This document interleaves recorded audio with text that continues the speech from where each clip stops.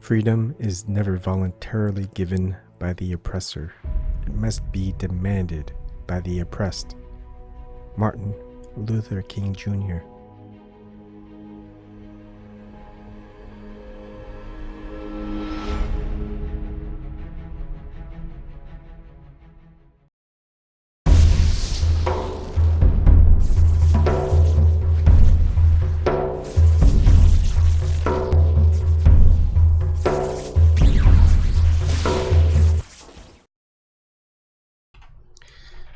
Good evening. Let's move on to some important matters.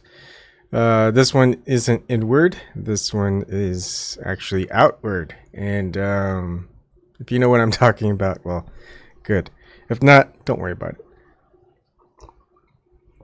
So I think what might be good to focus on if we want to go ahead and finish this game is what works, what doesn't in ways you can change to be more free. And so what we're going to do, hi John C. Oddity and The Plain Truth, is just kind of look over some things as far as what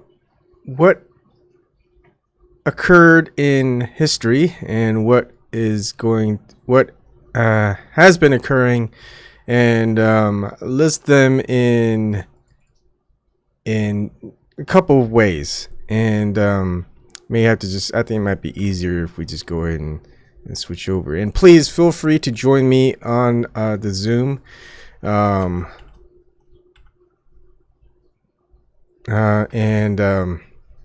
work with me. I mean, these are just things that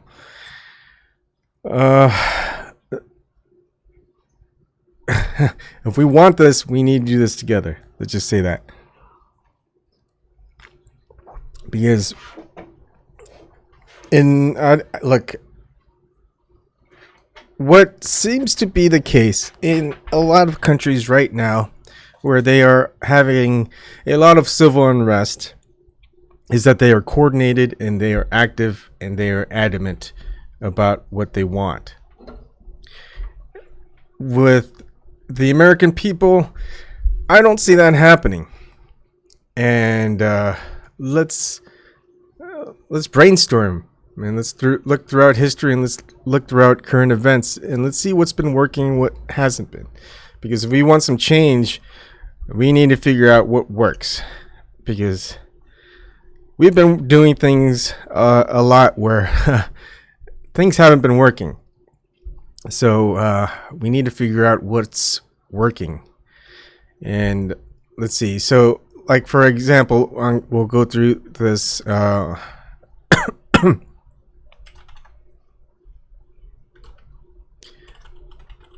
Unted. 2. I think maybe we do it in levels.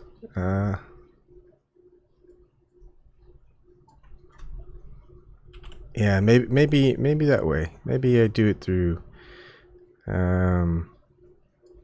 Let's see. Maybe I need to reverse that. Unwanted. That would just make things complicated. You know, again, if you guys can help me out here, that would be good.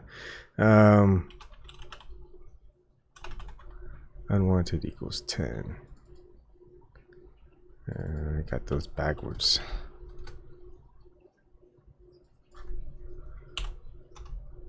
Okay, so hi Grant Jarvis, how's it going? All right, so for example, revolution, like a full-scale revolution, definitely very, very difficult. Let's go ahead and put everything here. Wanted, pretty much 10. So this is gonna be like the least wanted and most difficult thing.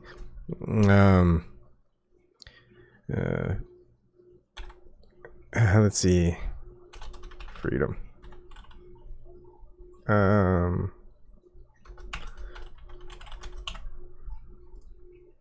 Premise dates 6. I said it, but didn't type down what I wanted. Successful. Let's just say yes. Yeah. All right. Now, yeah, I think it's suffice to say no one really wants a revolution. We don't want to start with this. Yeah, I think that's kind of known. All right, we got someone here.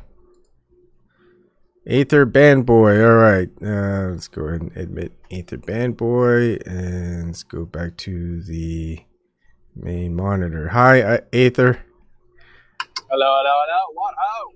How's it going? Or should I say plain truth? Yeah, this is my Zoom account. When I first joined Zoom, it was with Iron Realm Media. Yep, I know. And so I was giving him a kick in the shins by calling myself Ether Band Boy. I noticed you've been trying to get. Oh, sorry. Go ahead. I was just because they didn't like the fact that I was using the term Ether Band. Oh, so you just rub it in their faces? Yeah. That's funny. I've noticed that you've been trying to get your live streams up. You seem to have microphone difficulties or something. Yeah. And then I just get lazy and I'm like, forget it. I'm just gonna forget it. So. Yeah. What are you going through? Are you going through OBS or just Google's live video? How are you setting your live streams up?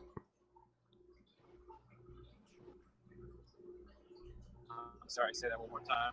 Oh, how are you setting up your live streams? Is it through like OBS or just live stream now? Streamlabs. Okay. I use Streamlabs. So it's but what happened was Streamlabs crashed like a month or two ago, and I could never get the mic to work again, and so I just gave up. Okay, that sucks. So, yeah, but anyway, yeah. So I sent a link to a friend of mine that I think would be great in this conversation, but I don't know if he's going to join. He's in Milwaukee, and it's probably past his bedtime. But anyway. Okay. Well, I'd say hi. Hi, and thank you for joining in. I don't have to do this alone. Yeah, I think it's a good conversation. I think that trying to figure out what level of activism is going to be helpful is, I think, a healthy conversation. All right. Yeah, I think so too, because it feels like there's a lot of people and a lot of groups all trying to make some type of change, and yet nothing is changing. And so I don't know if it's... Well, I mean, think about this, right? Think about this. I would almost have to make it a full-time job to go around my neighborhood and canvass the neighborhood like a telemarketer, or like a salesman for solar paneling. You know what I mean? Mm-hmm.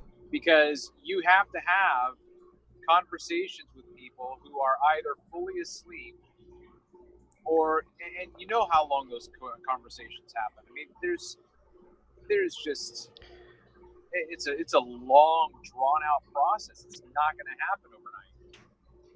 Yep. And I wonder if the first thing we do is assess where we're at. Like, for example, do you think the level of freedom that we have? Let's just. I take it you're in the U.S. Hi, Dragon. Hi, Ariel. Are you saying I'm in the U.S.? Yeah, are you in the U.S.? I am. Okay. Well, as far as like our rights go, what do you think our level of freedom is? We have no rights. We have no freedoms because we have been placed under the color of law. If you just think about our traffic, our Motor Vehicle Association, or Motor Vehicle Administration, right? Mm-hmm. The Fourth Amendment gives us the right, not gives us, The Fourth Amendment describes our right to preserve our person and our property. Can you hold on for a little bit? Sorry. Altering current is saying that I'm loud and you're quiet. Can you adjust your microphone level, and I'll lower mine a little bit. I'm on my phone, so how am I going to do that? Oh, all right. I'll adjust. I'm not sure if I can do that. I'll adjust the desktop audio and I'll lower my mic audio. Let's see. All right. Can you say something? I'm gonna say something. This is normal voice. Okay, sorry. This is a volume check. Test. 1 2 1 2. Testing out there. All right, that looks like it's gonna be as good as we're gonna get it. All right. All right. Well.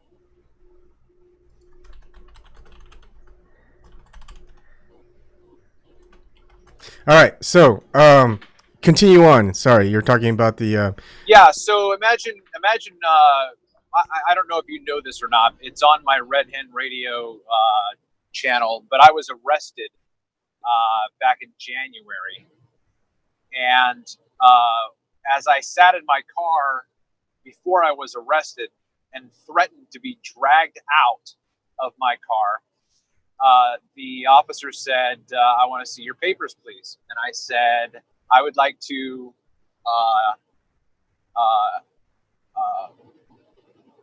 I would like to, what the hell am I trying to say? Invoke my right to preserve my papers and my properties according to the Fourth Amendment, because if I give you my papers, you can use them against me in a court of law, and I don't want to incriminate myself. He's like, "Listen, just give me your papers." I said, "I'm invoking the Fourth Amendment." He said, "Listen, you can either come out of that car on your own or we'll drag you out." So I didn't have any rights. Why don't I have any rights? Because the traffic codes and the traffic statutes are override the Bill of Rights.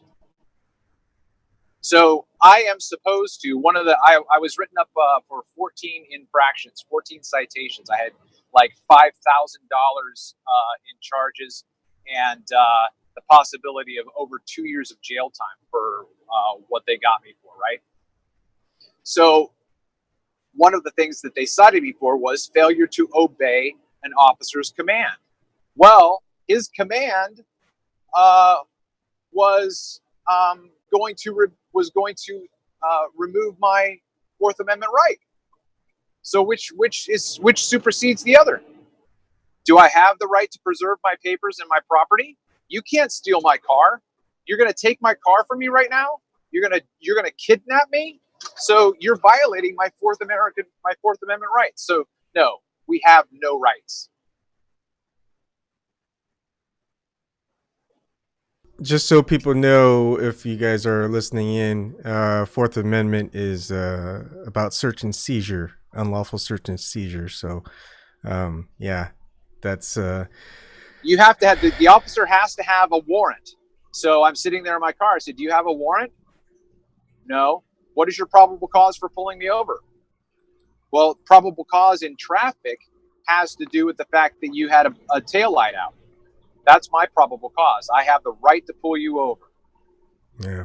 Now, if I honked my horn at you, you and I are driving down the road, and I honked my horn at you, I'm like, "Pull over! Pull over!" You're like, "I'm not going to pull over. I don't know who you are." Yeah. But we have to do that when an armed officer, under the color of law, seems to think that he can tell us what to do. Yeah. We don't have any rights. And I saw a news article from my old hometown in Somerville, Massachusetts. In Framingham, Massachusetts, there's a video that's been shown where police raided a house in order to secure it while a warrant was being processed.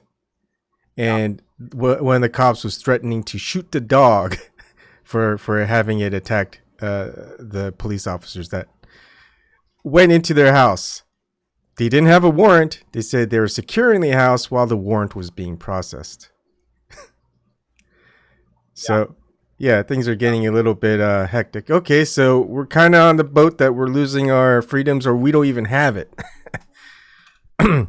Yeah, and that's actually something that I was thinking about this week in terms of activism. I thought because you're never going to win an argument on the side of the road with a cop. You're not going to be able to convince him that he's violating your rights because he's under his training. He's under the impression that the law says, which it does. If you look up the Maryland transportation code, it says you must do what the officer says for you to do. If you are pulled over by an officer, you must obey, or you risk being put in jail. Okay, so that is the height of coercion.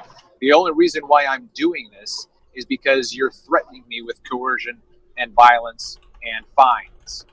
But one of the things that I was thinking of in terms of activism was there's a strip where I live where cops set up on a regular basis. On Saturday, I saw them pull over like 3 different people, and I thought about getting out with a bullhorn and standing in the median and being the voice of reason instead of the person who's being pulled over. I would be yelling from the sideline, "Ma'am, you are free to go." Talking about the Fourth Amendment. This officer has no right to pull you over and infringe your rights, and then just run the riot act on the cop because, first of all, I'm not in the cop's space. I'm 30, 40, 50 feet away, so I'm not a threat to him physically. But at the same time, I would be able to give the driver maybe a boost of information that they can maybe hopefully look up and start to rethink things. Yeah.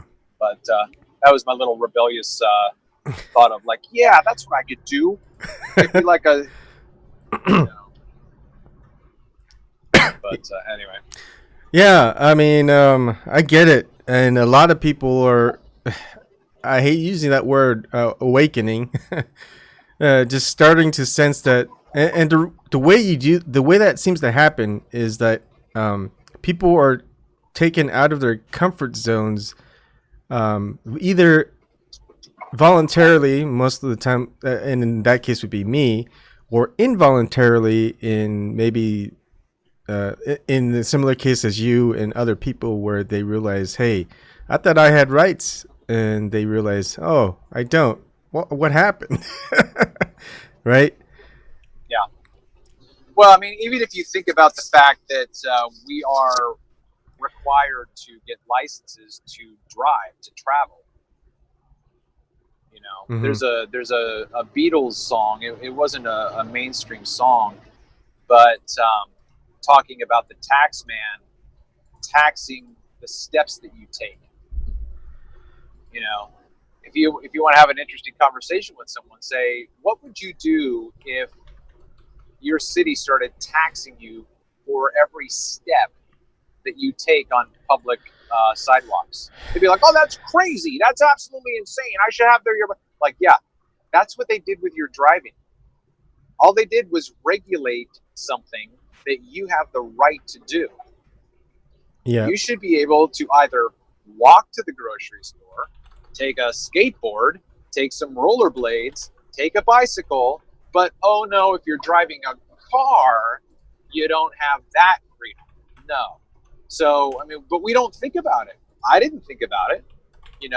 They don't sit down with you in your driver's class and say, okay, class, now after this class is over, you're going to have the option of submitting to the state by relinquishing all of your rights. Because if you sign up for this, if you get a driver's license, you are basically placing yourself under the color of law where you have to do what we say.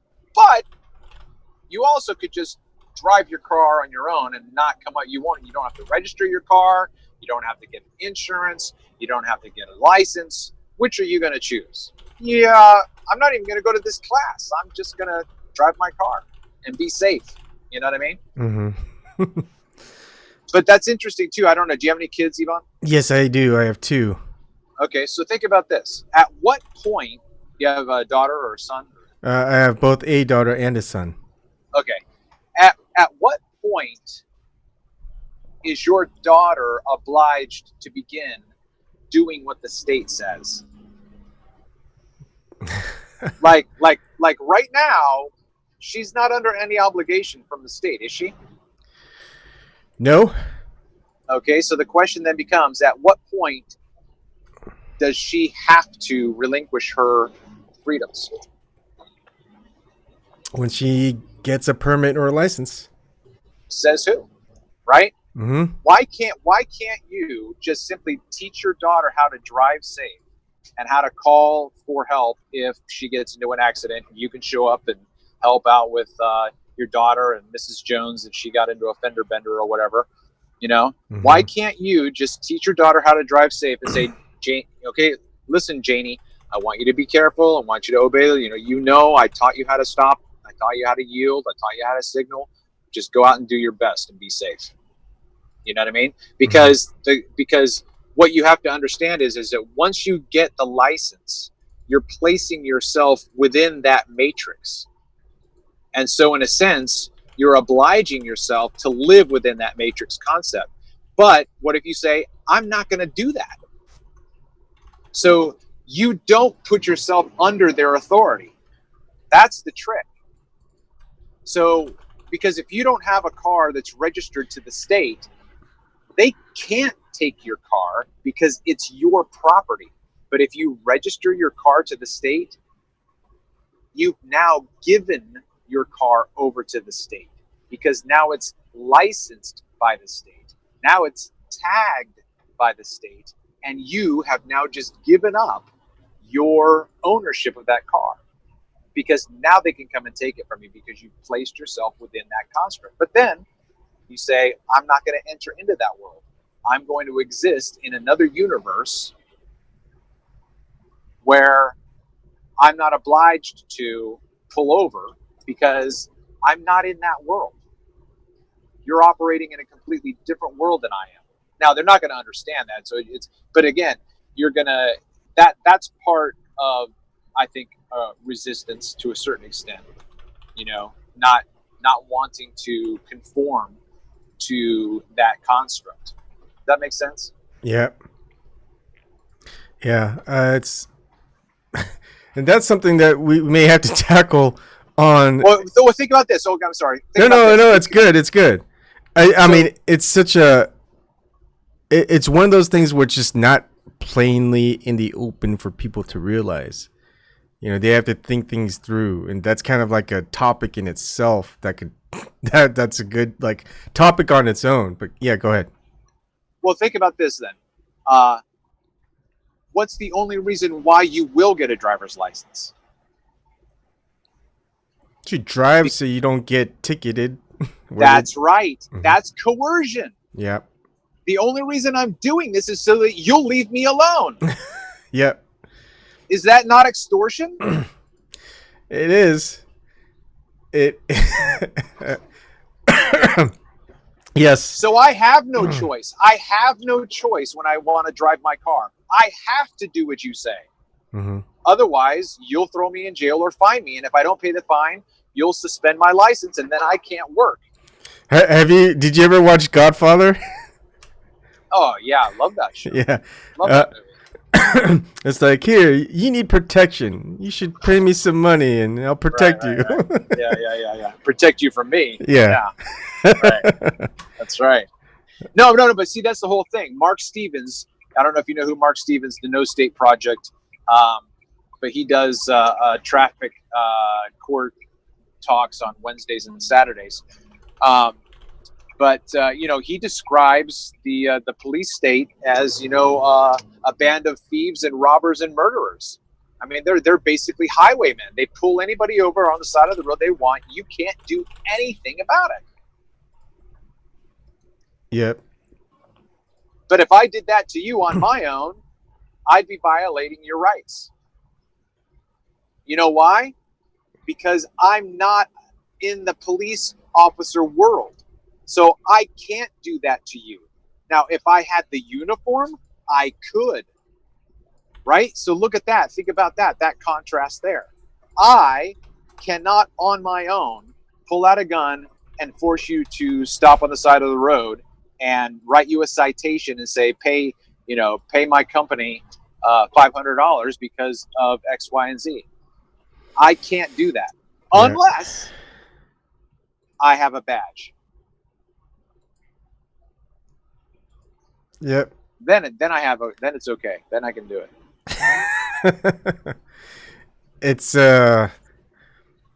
It's giving your freedom to an authority in order to I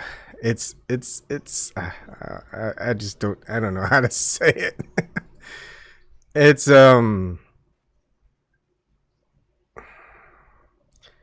It doesn't seem necessary, let's call it that, for a supposedly free state. Yeah. All right. So the way I was doing this was is just kind of going over. I know you can see the screen, but you won't be able to see any updates except for a couple, maybe half a minute, if you're still watching on YouTube. But what I like is to get people's like opinion of what types of actions that are being taken, because I do know like outreach is probably the easiest one, and what's most wanted. What do you mean by outreach? Just passing along information of what's going on or what's happening. And this can pretty much happen anywhere. and I think it kind of helps. What do you think? I mean, do you think we reach anyone when we're constantly doing these live streams and making these videos of what's going on? Yeah, I don't know. When I was doing my my Bible study podcast, I could see the numbers and I could see the downloads and the watch and all that, but I never got any feedback from anybody. No matter how I begged them to, respond and send me an email, send me a voicemail, and nothing. So I don't know. I don't know how you gauge that. But I mean, I would have to think that of the thousands of views that I did see that was recorded, I'm like, well, somebody's watching, somebody's listening, Yeah. They are, but then it feels like you end up being. It's like here's the weird thing about the whole creating content, because it does take a lot of time to create a lot of content, enough to draw in people who are interested in watching or listening to the content, and then you've got this thing that happens is, okay, it's too small. Like, if my live streams will never reach 100 live viewers, unfortunately, but that's been the case for the last couple of years. And when it does, and it goes up to maybe the thousands or 2000s, there's people want to watch and they're paying to watch. And then, like, do I get too comfortable? Right? I'm like, hey, I'm now the person who's just telling you what you should be doing rather than going out there and doing it. And so it has to be kind of like that medium where you can't get too comfortable, because once you get too comfortable, you don't want change, because guess what? You're comfortable. But I think you have to be, if you really want freedom and freedom to change and actual change, you need to keep yourself from being comfortable. Because otherwise you're not going to want to be in on that action, So please, people, don't get me too comfortable. So it's like what my brother always tells me, because sometimes, like, he'll go, hey, do you want to go play a game? And I go, okay. The next thing I know, I put my head down on the couch and I fall asleep, and I wake up hours later saying, sorry, I fell asleep. And he always just says, don't put your head down. But okay, all right. Let's we need to do just a talk on things like that, and Just kind of at the how free do you think we are type of topic, right? And you know what? We should do that on your channel, Plain Truth. Just to get your channel going with your live streams, because I know people watch. Um, they're watching like you go, hey, we can't hear you, type of thing. But all right. So there's a couple of actions I have. Like I'm definitely putting the stuff people don't want. Revolution is probably the hardest because I mean people kind of have to lay down their lives almost in order to get what they want. And it's most unwanted thing, but you know it's for the biggest amount. Biggest risk, biggest reward. Then you've got civil unrest, which we're seeing a lot of. I don't know how much that you know about the civil unrest that's going on in other countries. Hopefully people who are on chat will know. Altering coin. Giving up. I didn't say I give up fully. It's just that situations change, so I can't do it, type of thing. But if I can keep going, I try to keep going, and but it's fine. I think that's good to hear. Altering current. It's like I mean, there's times I can't keep going, like literally can't. But if I can keep going, I will. All right. So civil unrest, I say it's just the step above a full scale revolution because it's people who really don't want to kill anybody or hurt anybody, but they definitely want change. And basically, what they do is they create almost an unlivable, not unlivable, an unmanageable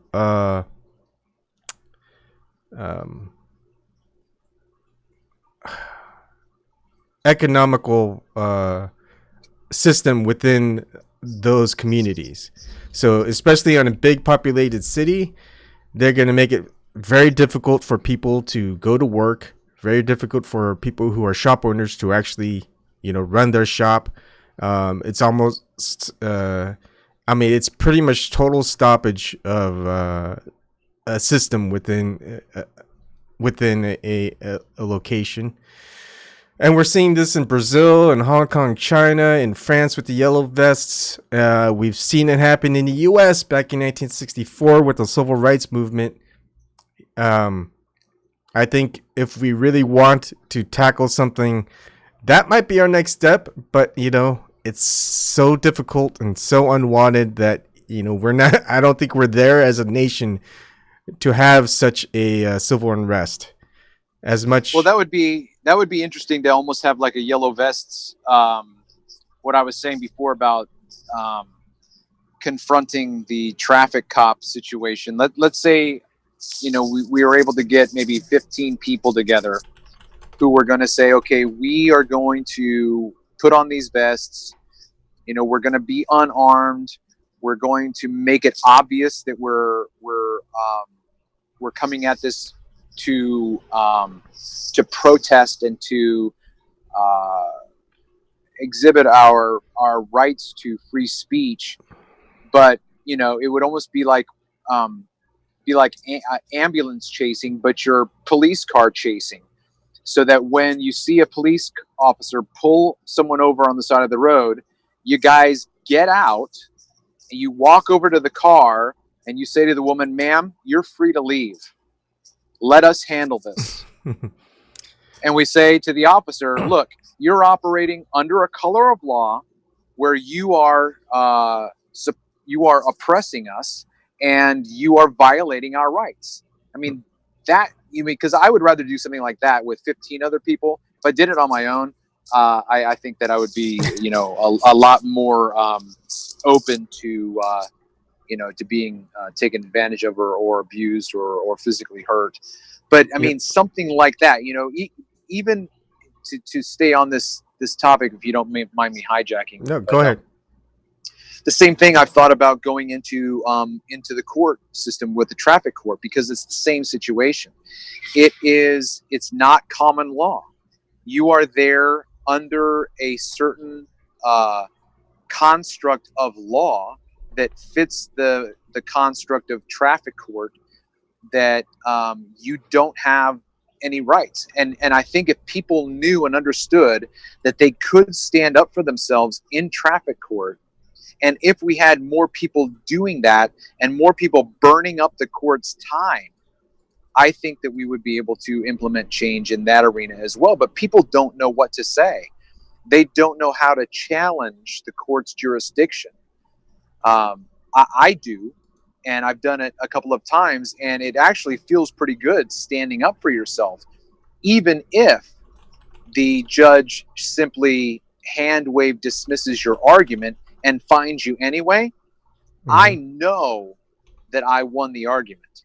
I know that I just said to you, where's your evidence that your codes and statutes apply to me? Well, they apply to you because we have codes and statutes. No, all you're doing is reiterating your point. I know that there are codes and statutes. Where's your evidence they apply to me? Well, I'm just going to fine you. Okay, that's fine. Let the record show that I object. But people don't know that they can, even if you still get fined, it's empowering to be able to stand up and it's like standing up to the bully and still getting your ass kicked. You're like, at least I stood up. But I don't think a lot of people know. And it takes a certain person, a certain personality like me. I mean, I have a personality to where I'm not afraid of talking in front of people, for one thing, so I can stand up in a courtroom and express myself. But there's a lot of people where they're like, oh, I'm just going to pay the fine. Mm-hmm. Well, fine, be a slave if you want. It's like the easiest option for people, and they know that they're not going to get in more trouble, type of thing. And yeah, it is bad. And while you were talking about this, I was just wondering, because I think there's a difference between cities and small towns, and I don't know how these changes take place. For example, in a big city, typically what happens is the mayor gets elected and he chooses a chief of police for that city. But in smaller towns, what happens, you elect a mayor, but you also elect the sheriff of that town, right, who manages the police. And that can be quite different, it's like, because the sheriff doesn't really want to just start hampering down on like drivers within that town, when the town's the only reason he has a job is because he's elected. He's elected, right? But the people in these major cities, they don't have a voice in who they want as the chief of police. The mayor gets to make that decision, and so of course, the chief of police can pretty much do anything, and then he's kind of under the vice of the mayor. But if the mayor's in good standing, and major cities, a lot of people make a lot of money anyways, and usually can raise enough money for people to go out and vote for them. It just seems like a different situation. What are your thoughts on that?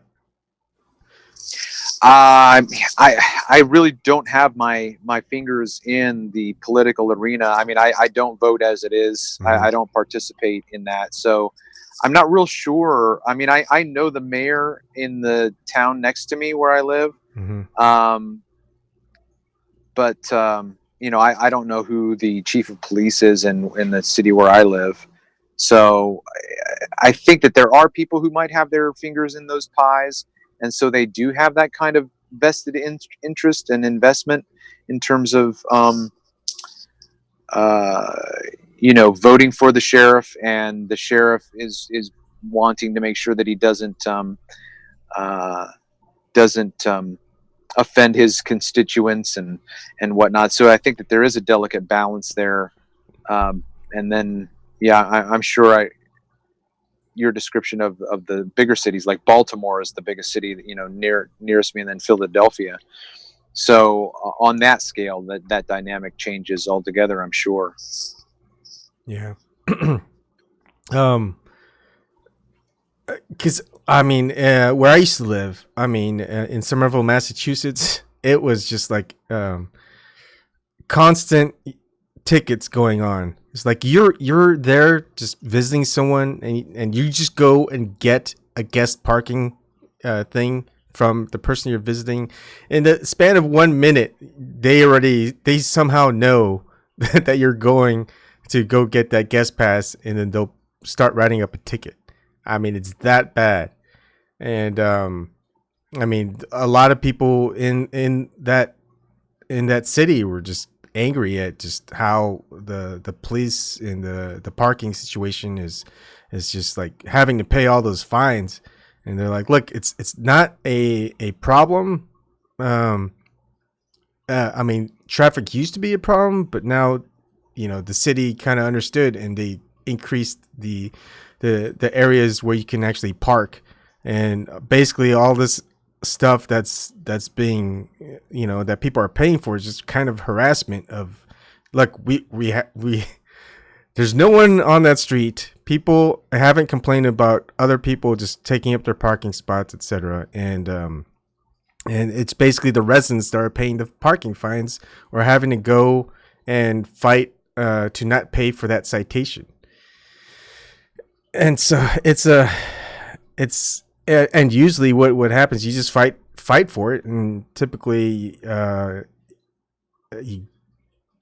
most of the time, you don't have to pay, but sometimes you do pay. It's just easier too. And then you just file a complaint, and what else can you do? I mean, you're just kind of overwhelmed by a whole bunch of people who may pretty much vote for the incumbent again, the mayor, etc. And just that's that. Well, if you think about this, just go back to the traffic situation. When you look at your citation, it gives you three options. You can either plead guilty, not guilty, or no contest. But they don't tell you the fourth option, and that is that you can file a motion to dismiss based on certain categories. They don't tell you that, but that you have that capability. But if you don't know that it's out there, you're not going to take that route. I will from now on, because paperwork slows them down. So you can file a motion to dismiss based on X, Y, and Z. If you get a rejection letter, then you can file a motion to reconsider. I mean, there's just, you just keep them busy, make them work, make them, have to reject your appeals. And if you go into court and you defend yourself and the judge finds you guilty, appeal. Because when you get to a certain level in the appellate courts, from what I've heard, they're going to leave you alone because they don't want it to go any higher. Yeah. They don't want people rocking the boat. They want Granny Smith to just pay her fine. But you get someone like me that takes it up 3 more levels. You don't want the 3rd level judge to say, why didn't you just let this guy go? Why did you bring him up to my court? I don't want to deal with this. You know what I mean? Yeah. But people don't know that those are their options.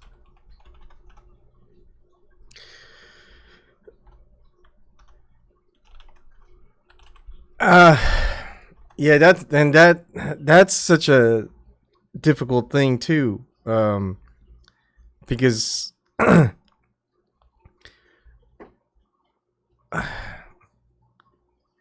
yeah, man, that's a whole topic in itself.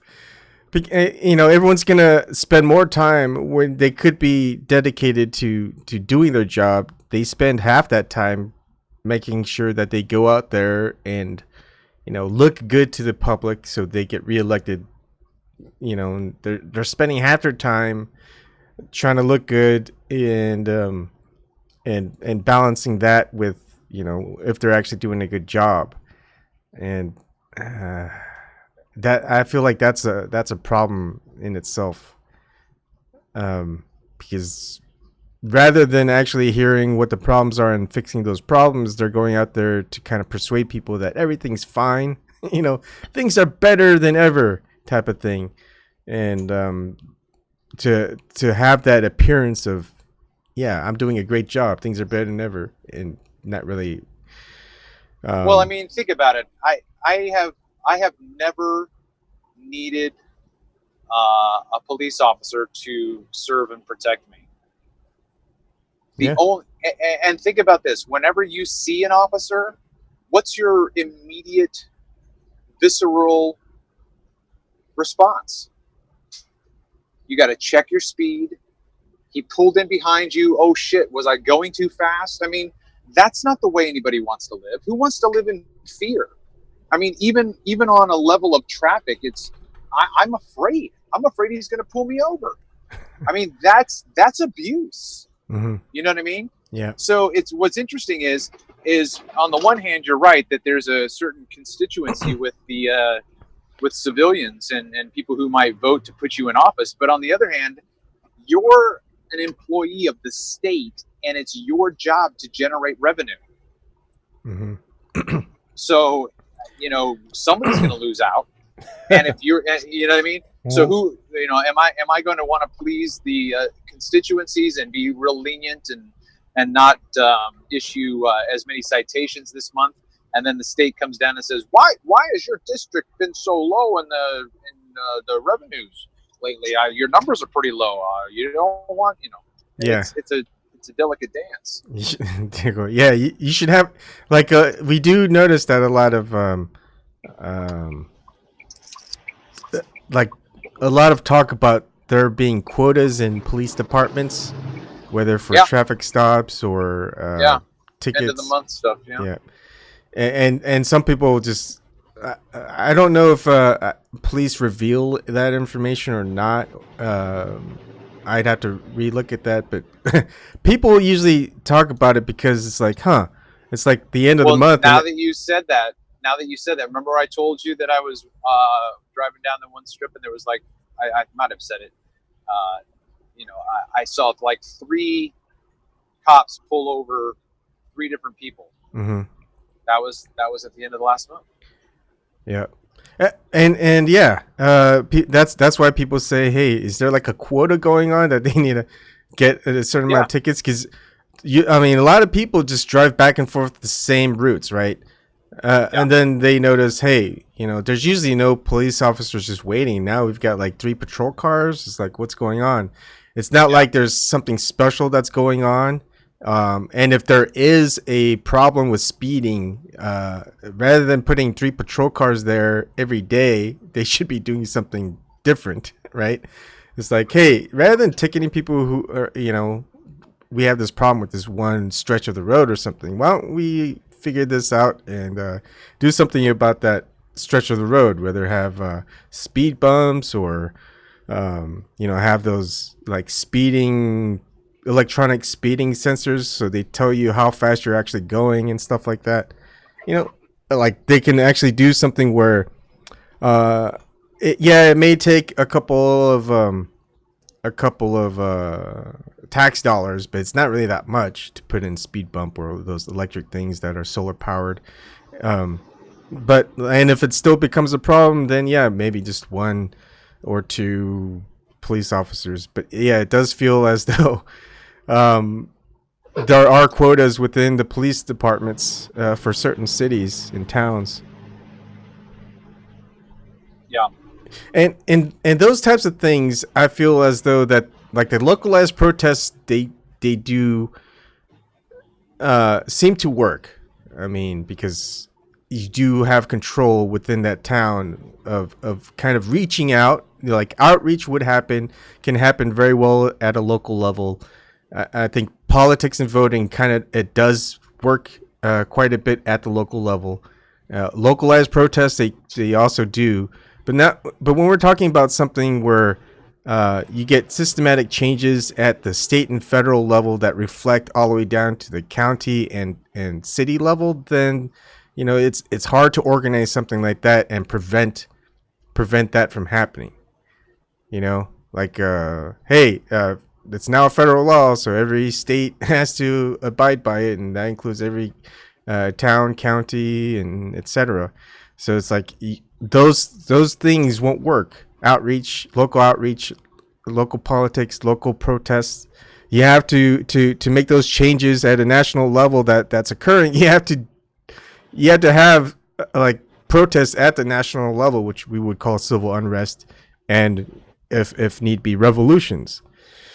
So how do we get from that point where we see things working, at least recently, where it doesn't have to go to that huge level of civil unrest and revolution? What can we do? Well, what would you address if you had the ability to voice your concern? Like, what remedy would you be seeking? First, transparency in government. So, if there are closed door types of meetings going on where the press can't even go in, and not just the press, but just anyone who wants to listen in on it, and they're not allowed to, and they can't tape it, that should be gone and done with. I think there needs to be more oversight on government by individual people, third parties, those that are, it's not like corporations, not organizations, not for hell no, not the government itself. But that used to be done, but now a lot of that it's been, I'd say, I don't know if the right term is subjugated, but it's just out of our hands. We don't know who's doing what and whether they're affiliated with the corporation or they're getting like handouts and stuff like that, but just weird stuff. And I'm talking just, I guess, the U.S. level as a country. And there are, I think we may have to readjust for appointed positions within government. So, that's kind of what the president does, and it's voted in by Congress, but it's not ever voted on by the people. So people who end up becoming like the head of the CIA, FBI, NSA, etc., they're all appointees, where people within the citizens of the country have no say on who gets appointed or not. All of that goes to the president, the Congress, and I think and in certain levels the Supreme Court. Did you ever watch Deadwood? No, I never got to watch that. Oh man, I watched it again last month or the month before, but it's absolutely fantastic writing. But I was, when I was thinking through this stuff last year, and every once in a while I'll revisit it in my mind along the lines of what you're talking about, because I really do want to figure out how to be a voice of change and be the change. And so in my mind, I created this Tumbleweed, Arizona, or Tumbleweed, Oklahoma, just, this place where if we, like you and I and 20 other families and our families, we all just go out, we buy this plot of land, and we start Tumbleweed, Arizona, but we don't register anything with the state. We don't register anything with the feds. We just want to live our lives, grow our own food, smith our own shoes, or whatever, And when I started thinking along those lines and kind of daydreaming there, I was like, wait a minute. What if that whole Waco, Texas, David Koresh thing was just these people that were like, we just want to be free. We just want to do, all I know about it is what I learned on mainstream media. Well, what I know about mainstream media now, that could have just been the story that we were given. That could have been a group of freedom lovers who just wanted to start their own Tumbleweed, Arizona, and just grow their own food, sew their own clothes, and do their own thing.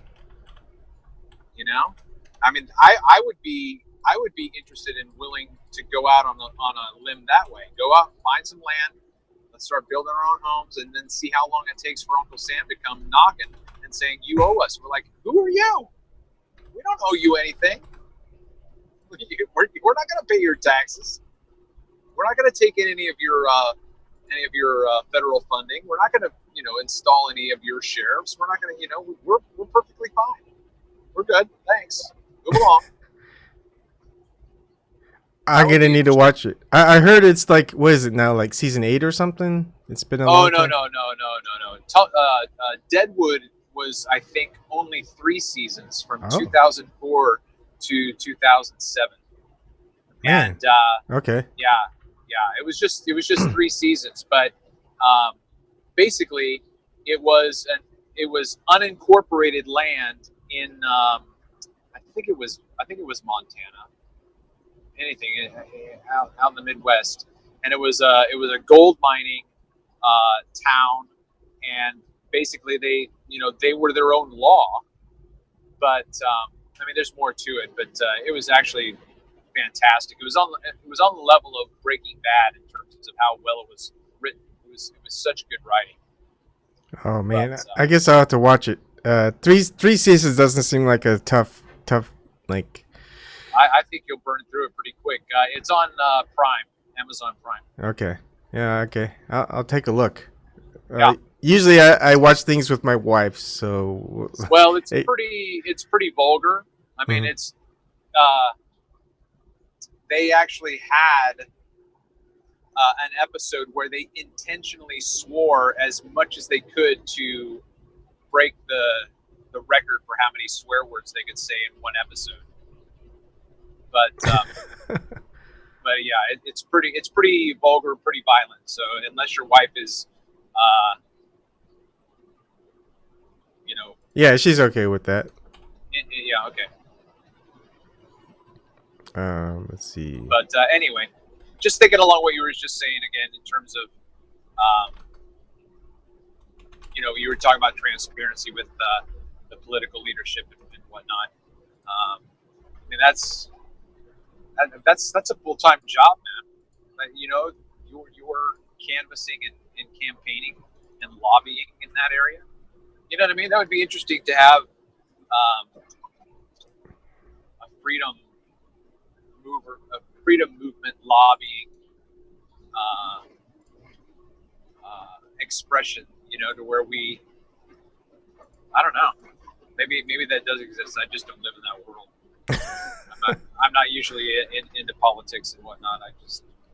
Yeah, I mean, my awakening process happened in 2016 with Bernie Sanders when he was running as the DNC primary, and then things took a horrible turn with the DNC fraud, the election fraud occurring within the DNC, and Bernie Sanders kind of giving up after having a talk with President Obama at the White House. Because he was pretty adamant about fighting it all the way to the Democratic National Convention, because the mainstream media was kind of pushing for the super delegates kind of already counting their votes, even though they don't really count their votes until the National Convention occurs. And but they've always been counting them in within all the the regular delegates. And so he was going to say, yeah, I'm just going to fight it, and keep fighting for the nomination all the way to the National Convention. And then all of a sudden he just kind of stopped, gave in, said he's supporting Hillary Clinton. She's the nominee. And after that, people were just like, okay, I'm done too. he gave up. We're giving up because that's just, yeah. Anyways, a lot of things seems to change from year to year, but for a lot of people, it's always been good, and for me, materialistically bad, but spiritually great, right? There's always that little kind of that pendulum swing, and I could. Part of it was like,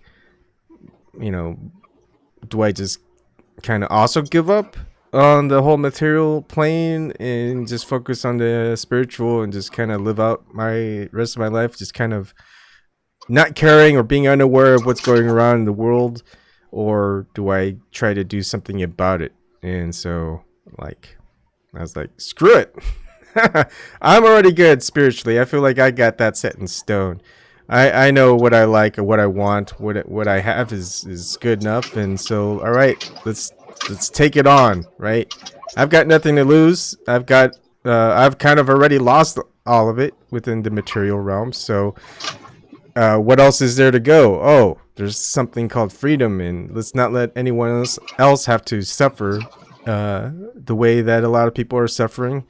And that's why, politics is kind of a big thing for a lot of people, because it's one of the most wanted things in order to have change, right? It's like, hey, we'll just all like support someone who we trust is going to do the things he or she says they're going to do when they're in office.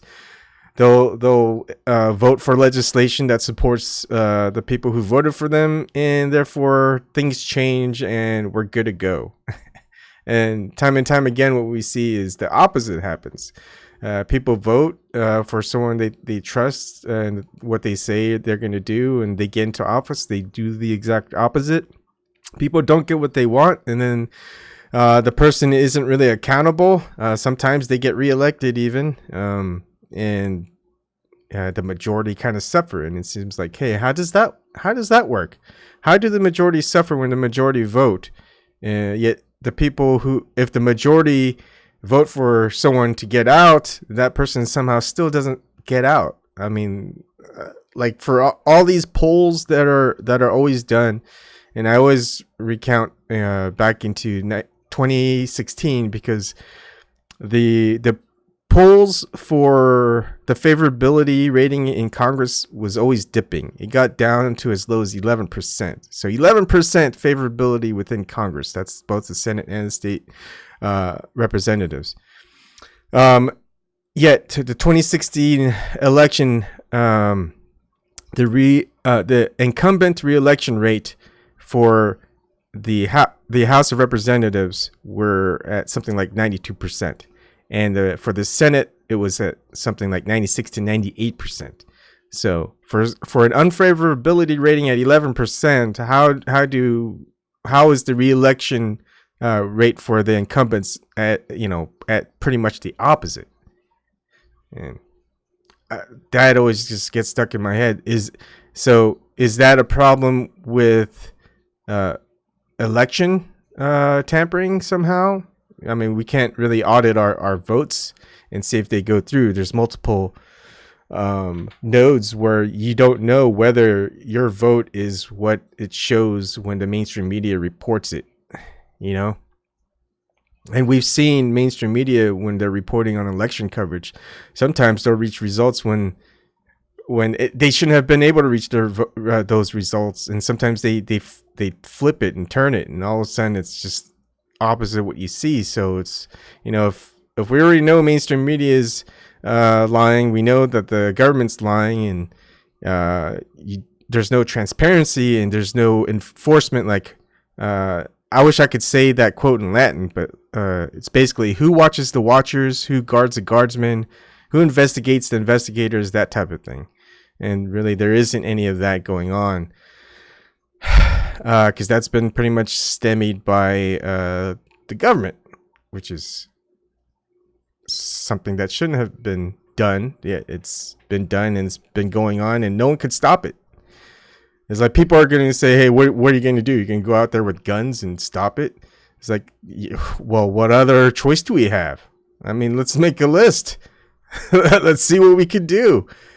And so, yeah, no one wants to go out there with guns to enforce the government that had bigger guns, right? So what's option B? Because option A isn't working, and option C is something no one wants. So what's option B? So that's kind of the whole point of this thing.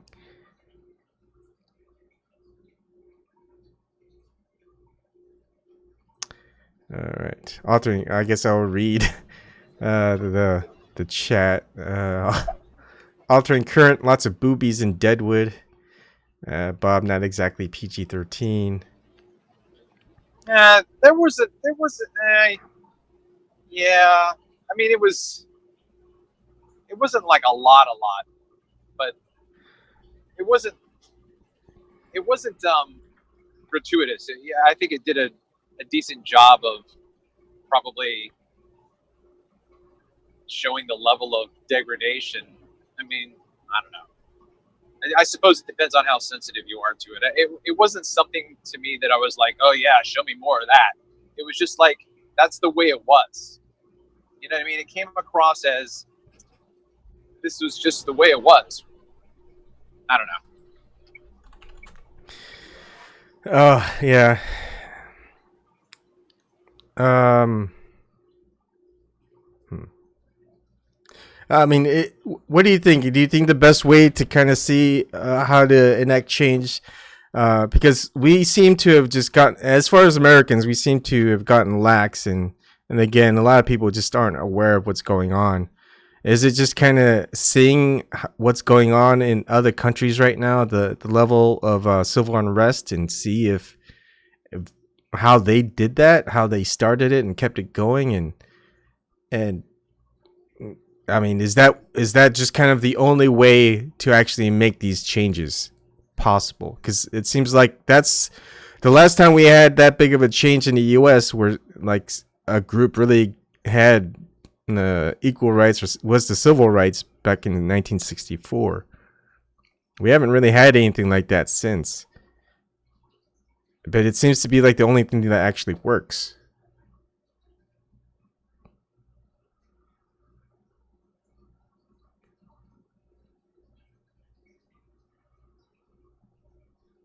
All right, might be muted or something. Yeah, Oh, yeah. This oh, I see. stupid. I was trying to unmute and I wasn't touching it in the right spot, so then the menu would drop down and disappear. Yeah, I mean, you're asking all the right questions. I'm still trying to think. You know, I'm still trying to think through this. I don't know. That's kind of like why I asked you what would be your, you know, the first thing that you would like to remedy. You know, and you talk about transparency. Yeah, Um, I mean, because right now, there's two options. If you go to revolution, like what we did, and a lot of other countries seem to do, you kind of start over from the ground up. But I think a lot of people are still happy with what they had with the Bill of Rights and stuff like that. But how do we rewind, and just adjust everything, and where did the problem seem to stem from? And a lot of problems seems to stem from at least what we could find in the current history books, if we just kind of look aside from what we've been taught in like junior high and high school, is just a lot of propaganda that started to occur within media, tied in with people who are within government office, which is also tied in with the military. And for example, the Spanish American War, the idea that the USS Maine had an internal explosion, yet there are reports that it was done from a Spanish mine or something like that, which spurred right. the Spanish American War, which got people excited about war, which got Teddy Roosevelt enough credentials to become president, and yada yada yada. Here we go. We've got the military industrial complex. We've got agencies that really don't have any oversight, like the CIA, the NSA, and FBI, and things like that, who are appointed positions. And it's like, all right, it's just kind of seemed to like steamroll from back then. And like, if we unroll it, or roll it back up to where it was steamrolling, that seemed to be like a good, aside from the American Civil War, that seemed to be kind of a good, uh, it was good kind of before all of that started to happen. And again, during that time, that's when the Federal Reserve got enacted, and a lot of our accountability for our nation was outside of our nation, as out of the control of the American people. And so, Well, I mean, yeah. If you think about that and go back to my tumbleweed Arizona idea, think about how many of us would want to go to war, or think about how many of us would actually want to take over an adjacent territory. I mean, not too many people are warheads. Mm-hmm. You know what I mean? Yeah. It takes a special kind of psychopath to get to that level. Yeah. I mean, I remember even thinking back when I was a kid and hearing about how maniacal Hitler was because he wanted to take over the world, and I can remember thinking, who would want to do that? Yeah. That is going like 100 miles an hour. Yeah, I heard that. I'm sure others did too. You know what I mean? Mm-hmm. So, if we think about starting Tumbleweed, Arizona, not too many of us are going. We're going to sit down and we're going to say, okay, now how can we build a healthy village? How can we build a healthy city? What are we going to do? How are we going to handle food supply and garbage and all this kind of stuff? I think that we could probably figure it out ourselves. Mm-hmm. Which is my point in saying, let's go start our own Tumbleweed, Arizona, and see how long it takes for the Fed to come in. But at the same time, we're like, look, we don't have any guns. The only thing that you're doing right now is showing that you're forcing us to do this at gunpoint. And everybody can see you. Everybody knows, because, if you think about it, I don't know if Waco could happen again. Could it? I mean, it was before the internet. It was in the early 90s, right? Yeah, it's hard to let people know what's going on. I mean, there are ways where they could just shut off either power to a grid or yeah, but if you're off grid, you know what I mean? If we're in a place where we don't rely on that, go ahead and what are you going to shut down? What? You're going to stop up our creek? Okay, well, whatever. I'm just saying, I don't know. So do you would I be correct in assuming like off-grid communes as an option? It's just just have people just kind of, they want to be left alone. You have your whole town that's pretty much, hey, if you want to be in this town, you have to know what's going on, what your rights are, and what the potentials are, and try to be self-sustainable within those off-grid communities. Yeah. Yep. I think that's kind of good. That could be difficult, but I think that's almost that's feasible. Sure.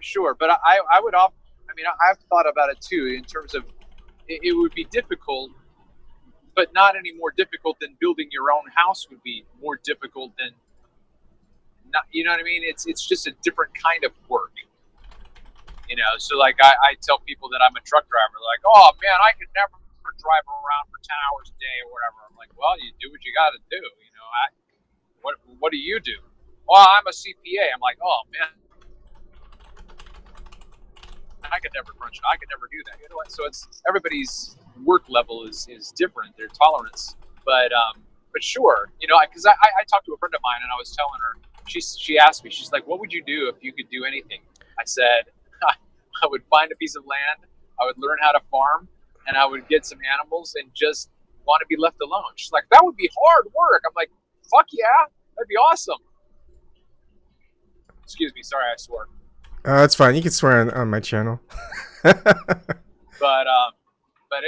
anyway, it's sure it would be hard, but I think that I think that I have found a lot of satisfaction in hard work that was labor. Like when I get done with my 12-hour day today, I don't usually think, man, that was good. I feel great. That was awesome. But I have felt that way when I've done manual labor and have contributed to something that was vital.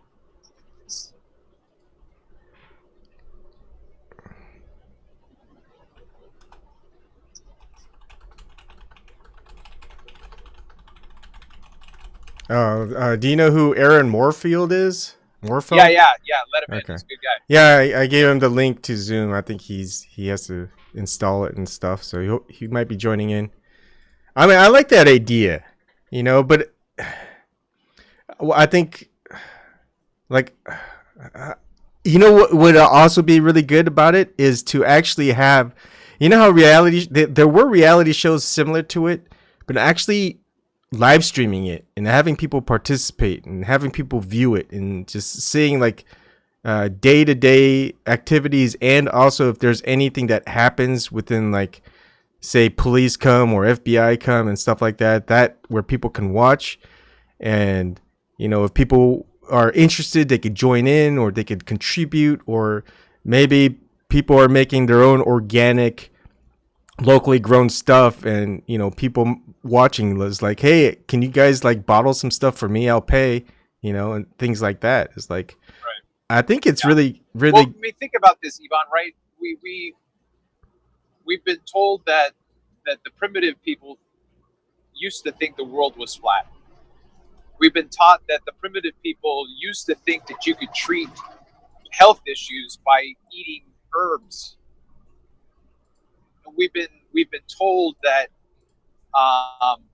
that primitive people used to just simply trade goods, but now we have money. Now we have pharmaceuticals. Now we have a globe. I mean, all three of those narratives, in my opinion, are narratives that have been misconstrued. Because I told you about a friend of mine. I was having this conversation with her a couple of times, and she's like, "Wait, you want us to just go back and just like trade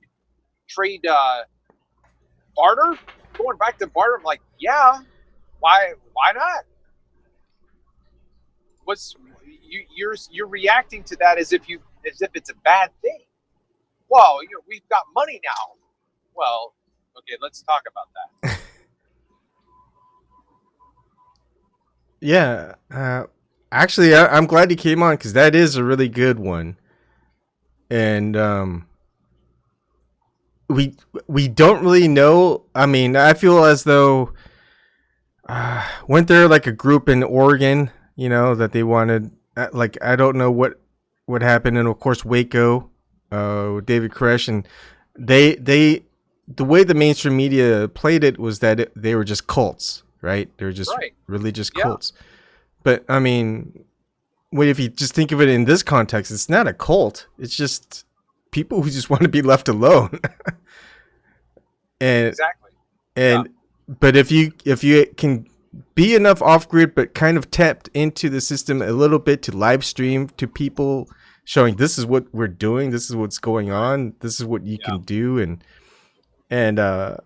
it'd be hard for federal agencies and stuff to actually to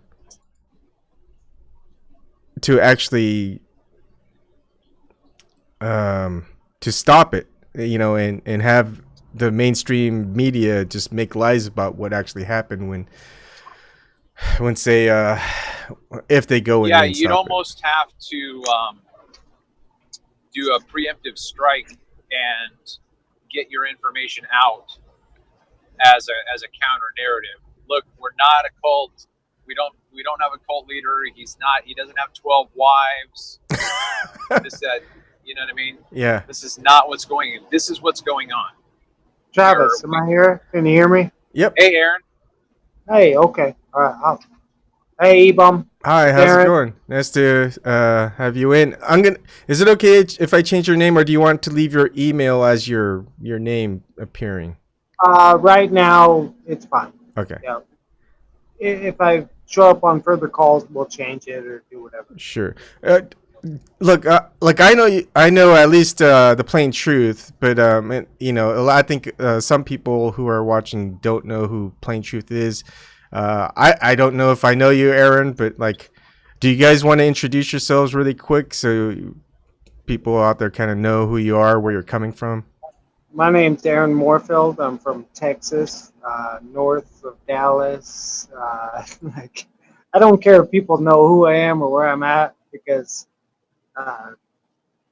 it's not a big deal. As long as we're all on the same team, you know what I mean? Yep, I do. I was born in Houston, Texas, by the way. So Another Texan. That's nice. I was born in Nebraska, raised in Seattle, and I just moved to Texas. Wow, that's weird because it's kind of like the opposite of me. I was born in Houston, Texas. I was raised in like Federal Way, Seattle area. Yeah. Yeah, and then now I'm living in Columbus, Nebraska. No, Yeah. we're the total like 180, let's say, life experience. Yeah. Anyways, welcome. How do you like Texas, by the way? I hate it. It's hot, man. Dude, it's just not cool. No. Why are you there? Why do you stay there? Long story, but settled here right now. You know, we'll get into the story later, possibly. Okay. Yeah. But I do love Seattle. You know, I was raised in Kent, or like I said, born and raised in Nebraska. Moved to Seattle when I was 10. So we moved to Kent, Renton area. You know, south of Seattle, right next to Federal Way. Um, gee whiz, Maple Valley, all that. Wow. You've heard the names. Mia in chat is asking if you're a flat earther. Absolutely. Okay. Yeah. So Mia. It's hard to say that, but you have to say absolutely after what we've heard. That's, but it is a hard statement or question to answer. Yeah, because once you do, people have like a lot of assumptions about you. If you say yes, you are. But I kind of welcome it. That's what I want. But sorry, go ahead. Yeah. So absolutely. I have no reason otherwise to believe. All right, and the plain truth, Travis. Do you want to introduce yourself? Sure. Well, I'm a truck driver. I was trained in the ministry and basically studied myself out of a job by choosing to resist the consensus and question the mainstream narrative. And that made an easy segue into flat earth. When it came up, I was just like, well, yeah, that just totally makes sense. So I've been active with a YouTube account since 2017, just trying to put content out. Aaron, I can't remember, did we know each other on Flat Earth Debate before Red Hen Radio or after Red Hen Radio? I can't remember how it happened. It was when you started your Red Hen. Yeah. I started commenting on your videos, and it was more of the legal issue when you were dealing with your. Yeah, but I couldn't remember. Did we know each other before on Flat Earth Debate? No, I'd never been on Flat Earth. Nathan Oakley, not. You know, I listened. That's why I listened to you, because I really liked how you presented yourself on Nathan's. And then when you started your own show and started talking about law and legal stuff, that's when I was felt that it was my need to contact you, on text to say my point of view on those issues. Yeah. All right. Anything else, Yvonne? Is that good enough? Oh no, yeah, that's good.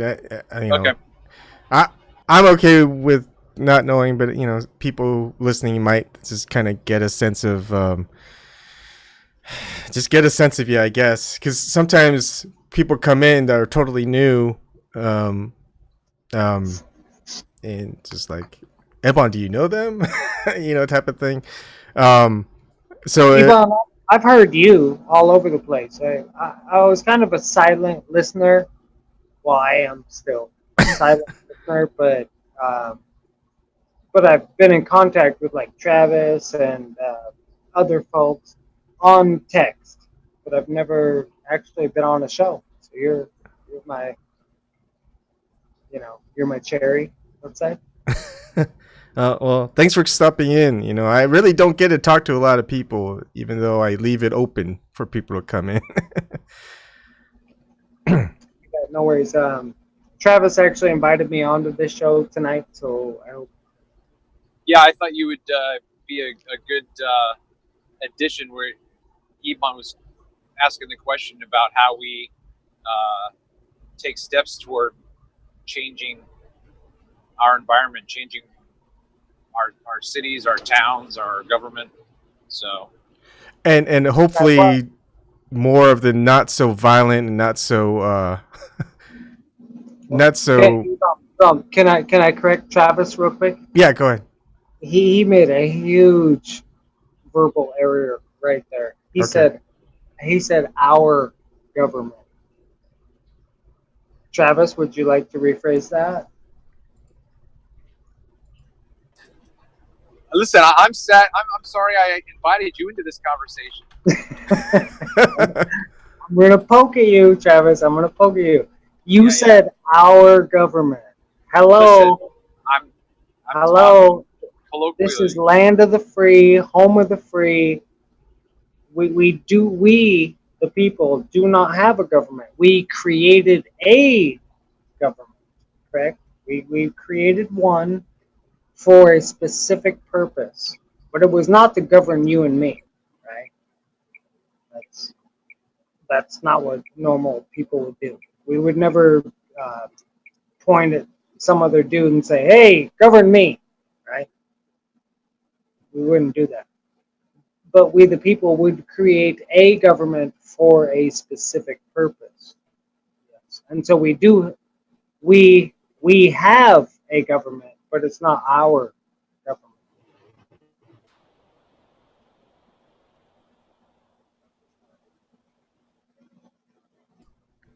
I was just What being quiet to see Travis's response.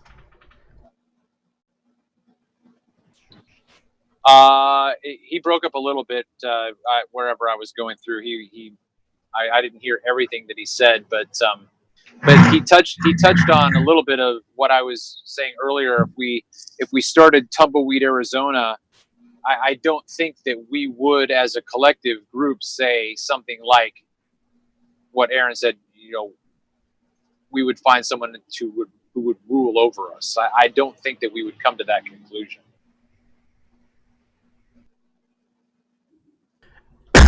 Excuse me. Sorry. I always thought it was an interesting thing that the founding fathers did was they created a government to prevent the government from taking over or overt control of the people. It's like, how do you create a government where we could govern ourselves but make sure that the government can never take over the people? And it seems to be we at some crossroads somewhere, and people have like different ideas of when that might have occurred. Is like that stopped happening, and I think for now is like, how do we get that back? I mean, some people don't even think we lost it. They think we're still free in that same sense. Or maybe some people say, hey, we shouldn't have that type of freedom because it's dangerous. And that Yeah, those seem to be like the consensus right now. yeah. The founding fathers exactly were allegedly. We've never met them. We don't even know if they're real people, but they were allegedly you and me, right? The people who created this thing called, uh, well, a federal government, actually. The states had already created their own, uh, what they would call a government. I don't know, right? We weren't there. Fuck that. It's all bullshit. It's all not, it's not good for you and me because throughout our history books that me and you all went through, it leads us to believe that the states created counties and municipalities and local governments to make sure, that uh, everybody was safe, and then it just I'm rambling, but it's out of control. Sorry. Oh, it's just it's fine. Yeah, I know. It's a big. I mean, here's the thing: when we discuss all these things, and we're just saying them out. It's something that each of us probably personally studied and restudied. That took hours and hours of study and just kind of like we had to think somewhere to to get a an outcome where we can understand it a little bit more. And it is hard to let that out, is get that out there, um, especially on a show, uh, and like a limited time frame. I mean, even though my shows may go out, take like I might be on for 2, 3, 4 hours and stuff like that. Some people won't be engaged for that long, but still, even with that long amount of time to just talk about these things, it's still a long topic. I mean, it just take episodes. Like episode 1, let's talk about history from this standpoint. It's Yeah, tough. let's kind of possibly, Ibam, sorry, um, if we could pick a point, kind of, and say, let's say right now, current, right? Let's just say current situation, what we're all dealing with, getting pulled over, getting tax statements in the mail, getting, uh, you know, just fines here and there. Let's go back from there, right? Let's start where we're at and say, how did this happen? Maybe, is that a good starting point? Because otherwise, like you said, we could start at any point in history, like, oh, let's go to 1967 and say, let's start from there, or 1961, or 1861, or 1771. But what if we start from right now and say, do you own the property you live on? Do you own the property you paid for?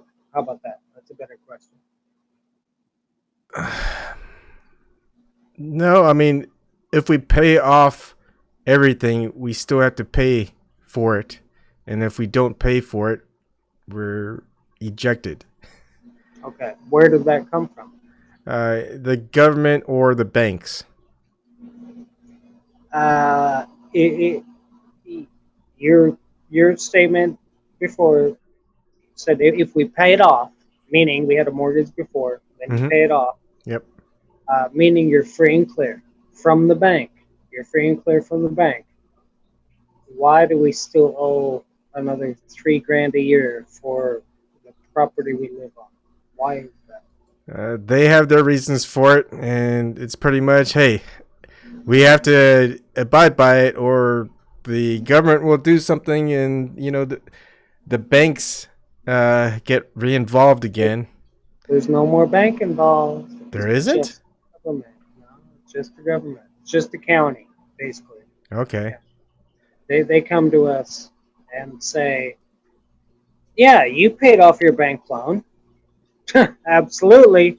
But you still owe us $3,000 a year. A county agent will show up. And if you don't pay, then the sheriff shows up. He's the man with guns. Right? Mm-hmm. You are armed and you live on an armed property, well, then they show up with the SWAT team. Right? And what are they going to do? They're going to kick you off that property that you have paid for already, free and clear. Mm-hmm. Now, how can the government do that? Like, what was involved? Like, is it just pure corruption, or is it something that we did? Is it something we did that gave them the right to do that? I have no idea. I mean, I've never been in that situation, but I'm sure that situation occurs. But I don't know how it stemmed where they seem to have the right to do that. Ibam, I believe you have listeners, and maybe might be interested. In, Travis, you can stop me if you think I'm, going overboard here. Well, But no, let me jump in real quick and see if I can draw on an analogy. okay, I mean, the thing that I think of that seems to be similar is, uh, let's say I go to the car dealership and I take out I finance a car, and in that initial purchase, I'm paying for registration and license and whatnot, taxes. But when I pay that car off, I still have to on a yearly basis pay the state. So the bank's no longer involved, but I'm still taxed on my car in order to operate it with, on the road. So to me, that seems like a little bit of a similar situation where the county has this stipulation to where it can tax you because it's just a part of the mechanism. It's just the way that it is. Kind of like what Yvonne said. I don't know. It's just the way it is. But you missed one thing. You said license and registration, and you forgot one thing. What's that next thing? I'm not sure. Are you talking about what registration refers to? If I pull you over. A title or a deed? There it is. Title. Who said it? E-Bomb said it. Yeah. Right? Yeah. Title. What is a title? Remember, the queen and king only hands down title to, nobles, dukes, and everybody else, but they're required to hand that title back or be knighted, all this stuff. If you still hold on to that title, you have to pay dues. Okay, so I think I may kind of know where you're coming from because I kind of looked into it. That we're still under the British colonization type of thing. Kind of, but I wouldn't call it that. But it's kind of the same thing because you have to have title for your car, right? Mm-hmm. I mean, well, you don't have to have it, but the state says they have to give you a title, right? Mm-hmm. And it's the same thing for property. If you have property, you have to have or apply for it and pay for it a fucking title, which means that the state owns a portion of your property, and the portion they own is the taxable part of it. That's it. They don't, come on and build on your land or nothing, but they say, hey, if you come to us, if you go to the tax title office, it's in the same office. The tax office is the title office, and you get a title, you are therefore under obligation to pay a certain amount of portion of the property's value to the state every freaking year. And then, just like Travis was saying, it's the same for your car. Yep.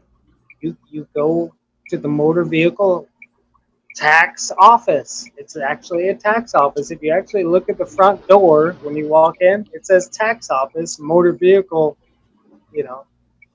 and we all walk in there and we happily pay, and we just walk back out, and we wonder why we have to pay, $76 a year. It's not that much, but if you don't pay that tax, guess what they can do?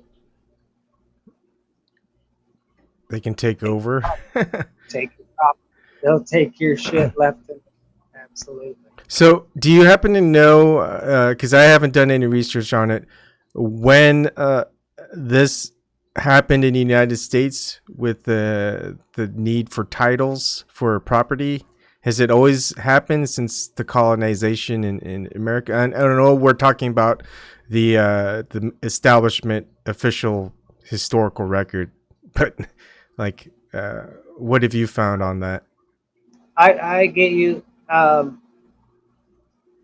haven't looked to how it's traveled from, British common law over to American common law, but I just know that it has.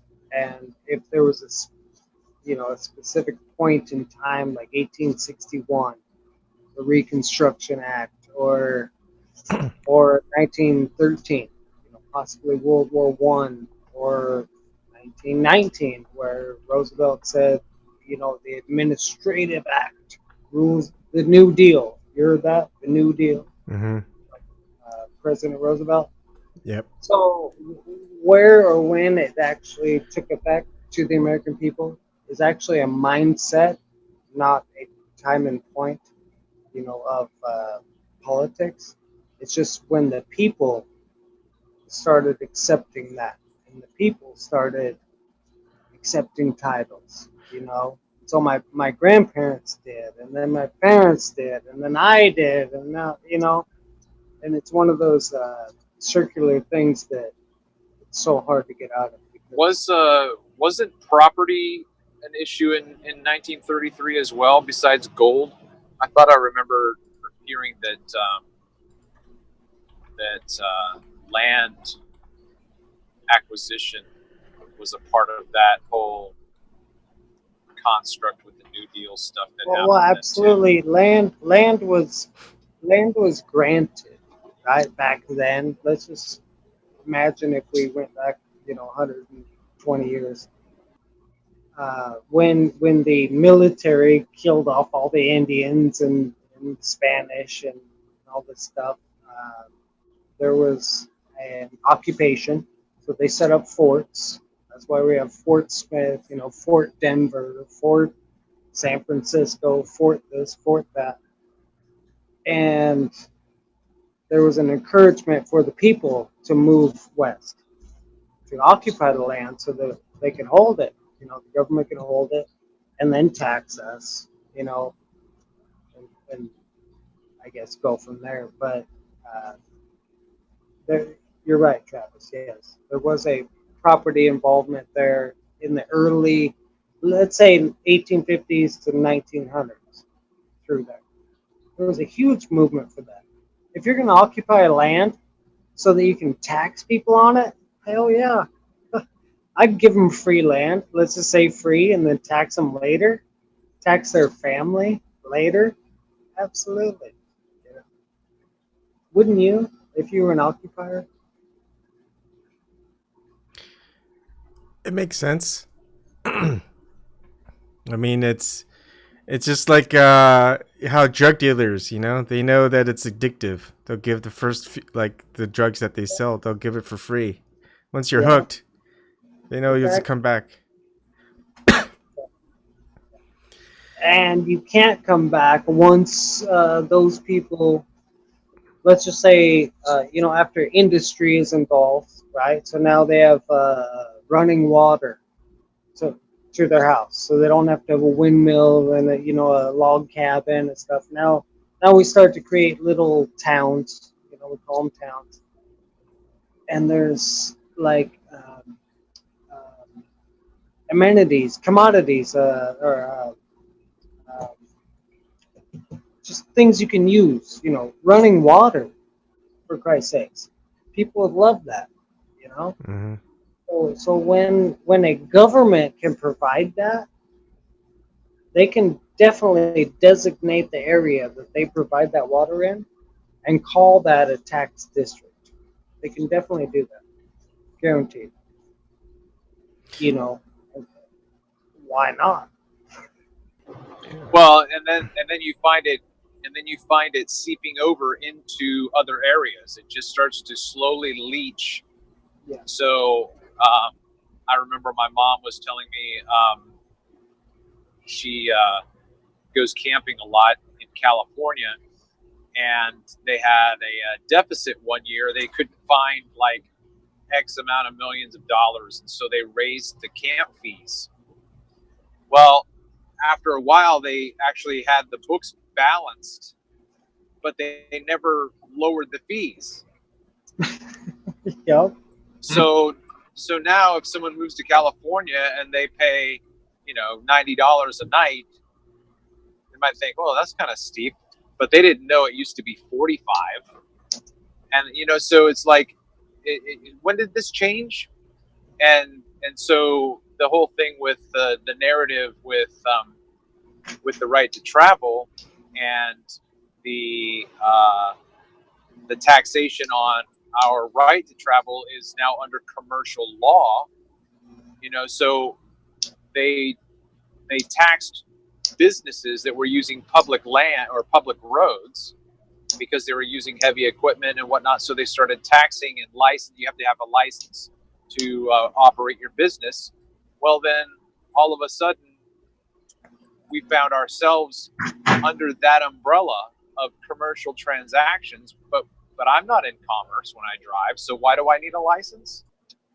And so all of those lines have gotten blurred. And now my kids, well, even me, I only know it because I started listening to other people talk about it. But I wouldn't have known, that's just what you do. You go get your license. Yeah, it's on TV. It's on the telly. It's on the telly. On the telly. I mean, okay. I mean, you're a truck driver, right, Travis? Yeah. Now, are there any particular like you need a specialized license to drive it? And Yeah, it's a technicality, sure. I've got to pass a written exam. I've got to. It's not a specialized license, by the way. It's just a classed license, just classed.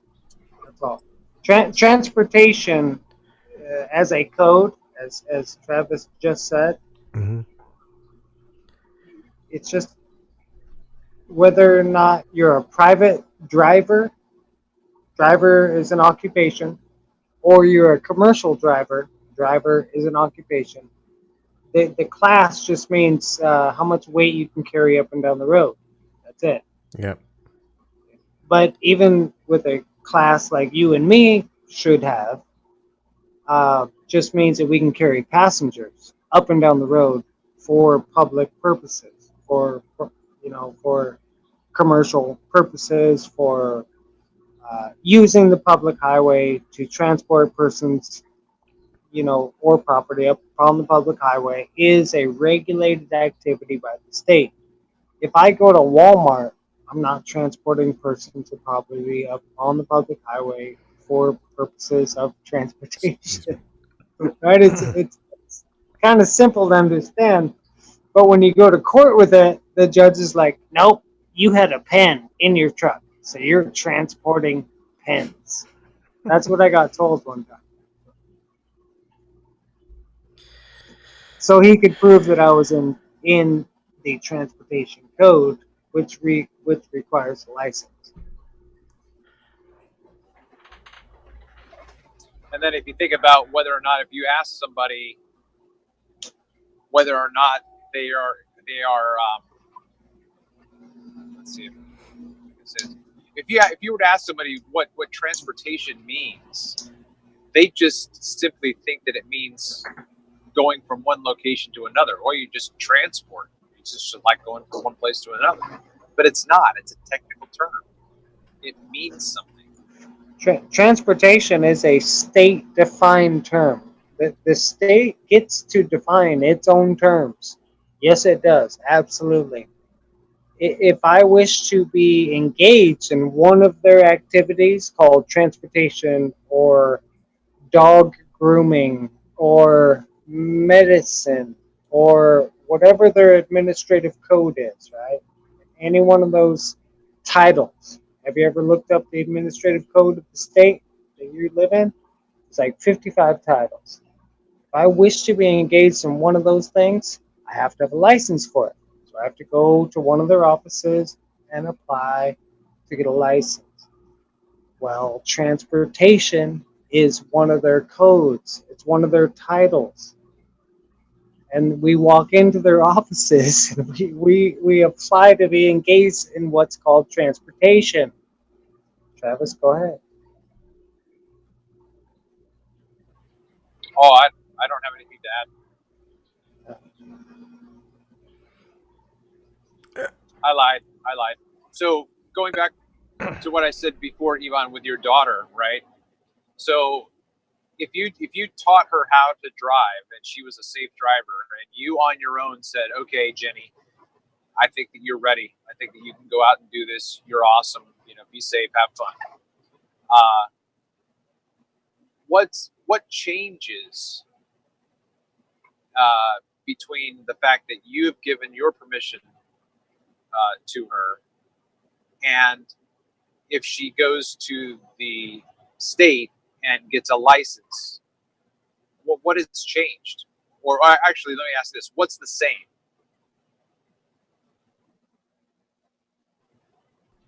Am I clear? I don't know exactly. No. Okay, maybe I just say it instead of trying to fish it out. What's the same is she still knows how to drive. Travis. Sorry to cut you off. Ebum, if your daughter's, when you teach her to drive, which you will, Yep. I bet. You know, what would a piece of paper in her pocket do to save her from you know, getting in an accident? Let's say not from somebody else, because they may do that, but they are state licensed drivers. They're the ones that got license from the states. They're the ones that are going to ram her, right? Mm-hmm. But you are the ones going to teach her how to avoid that. And so, what would a piece of paper from the state in her pocket, after you taught her how to drive and drive safely, back and forth to school, back and forth to the park, wherever she goes, what would a piece of paper do to negate that accident? You mean like having insurance to pay No, for that accident, or like a permit or a license where she's permitted? Her ability to manhandle your car, right? To operate. Yeah. Does the piece of paper in her pocket change her ability? Oh, no. Before or after? Right. Of course not. So yeah. So then, what's the difference then? Well, what does the piece of paper prove? I would rather have if she hit me, I would rather have your name and number on a piece of paper in her pocket, so I could call you instead of the state if she hit me, right? Mm-hmm.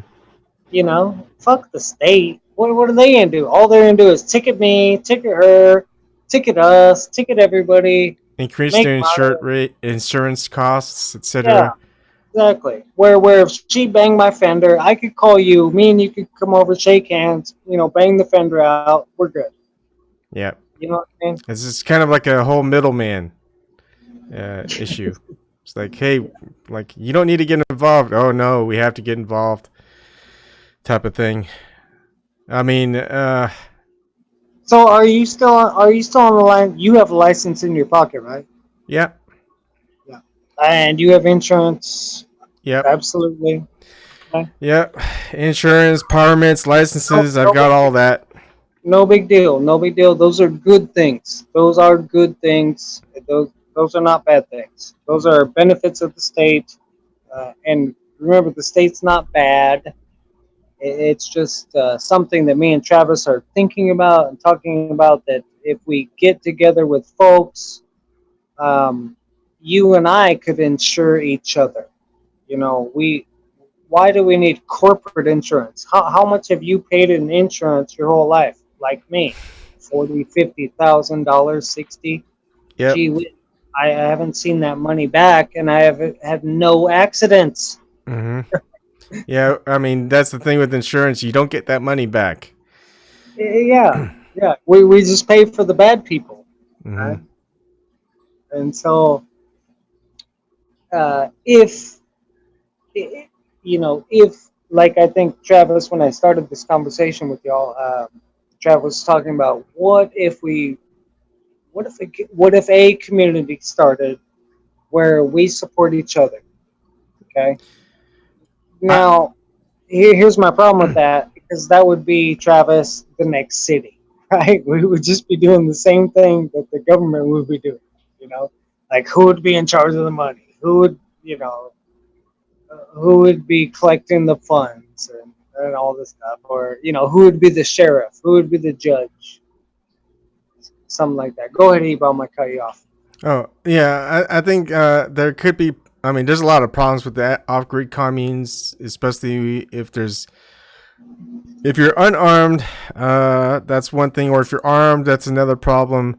But like, if the government or entities really want to stop you, they could probably infiltrate become a part of the community and sabotage, just make things just really not very good, just create chaos and derision within the community. Disrupt. Yeah, and, disrupt. and they could also do things outside of it, just to, it's like, hey, you're on our public property or whatever, and they'll just do things outside of it. We're out of what you're living, and just like maybe just put stuff in the water, put stuff in the air, just make Can I things ask you, really, yeah, can I ask harassment. you a question? Yeah. So These people you're talking about, right? The disruptors, or the government infiltrators. Uh, where do they get their money to operate? I don't know, a lot of that secret. Okay, well, do you pay them? Probably. Do I I mean, pay them? we, Yes. Does if we're Travis? paying into the system, then the system. Okay, so the best way to stop government infiltration is to stop the money flow, right? And so I don't suggest stop paying taxes. I don't suggest stop paying whatever they ask right now. But together with a bunch of people, if we all, which the movement is growing, where folks are realizing that, like, look, especially the federal government, they're taking 30% of your money, they're taking 30% of my money, Travis's money, 40%, 50% of your daily earnings. They're just robbing it to people you don't even know. You know what I mean? And so, if now, here's the thing: if we stop that, nothing will happen. If we say, "Oh, fuck that," nothing will happen, because the the other 300 fucking million folks that watch mainstream news, that just totally believe there's a terrorist around every corner, and there's immigrants trying to take their job. you know, they're willing to pay 30 to 40% of their earnings every fucking day. That's 3 hours a day out of their workday. That goes to folks that they don't know and have never met and will never meet, to support the law that forces us to pay, right? And it's just ridiculous. Yeah. Here's my take on it is we when we're born, we don't have a say in which family we're born to. We don't have a say where we're actually gonna to live. At least not after we're born. Not when we know now. I'm not talking spiritually. Let's just keep it material. We don't, and we have to abide by whatever laws of the land that we're living in. We don't have any say into it. And so if we don't have any say into it, and that occurred for us, and now we would have to assume that it was applied to our parents. Our parents had the same thing. When they're born, they didn't have a choice to know who their parents were. They didn't have a choice of where they're going to be, which land they're going to be born to, and then which laws that were formulated. So, and then now, if they're like us, if we're like, okay, so current way things are right now, and we try our darndest to change legislation so it's actually freer and we don't have to pay taxes where we don't need to. Yet instead of doing that, the opposite seems to occur. And then our parents' time, and they tried that and it didn't work. Well, when did it work? I mean, when did it get to be the point where they realized that they're born into something that they had no control over, wanted to change it, and thus, it was a clean slate. Like, I mean, is it each generation's duty to control in some form or another of what they've been born into?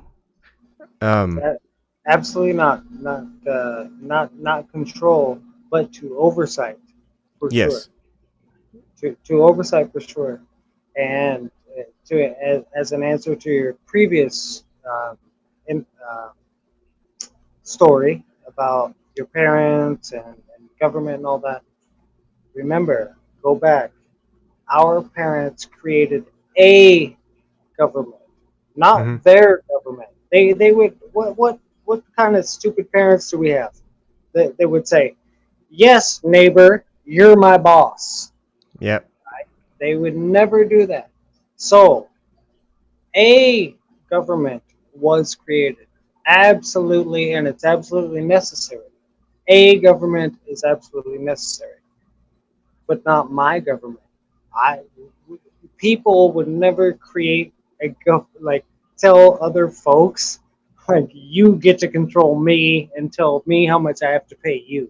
Yep. Right? Yeah. So if you think about why was a government created? What was the purpose of it?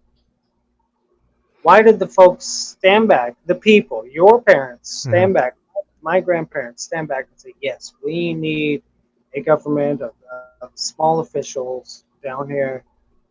Whoa. What was the point? What do you think the point was? Like I don't exactly know where you're going from or where how I'm supposed to answer it. Your parents didn't create their government at all, Yes. right? Okay. But a government was created. A government was created. Well, So what was or they're born into a government that they just abided by. say again? They were born into a government that they just abided to participate in, just like me, right? Oh, okay. All right. Let's go back then. Let's go back. Or you're Aaron, yeah. isn't it some sort of acquiescence that is that or delegation?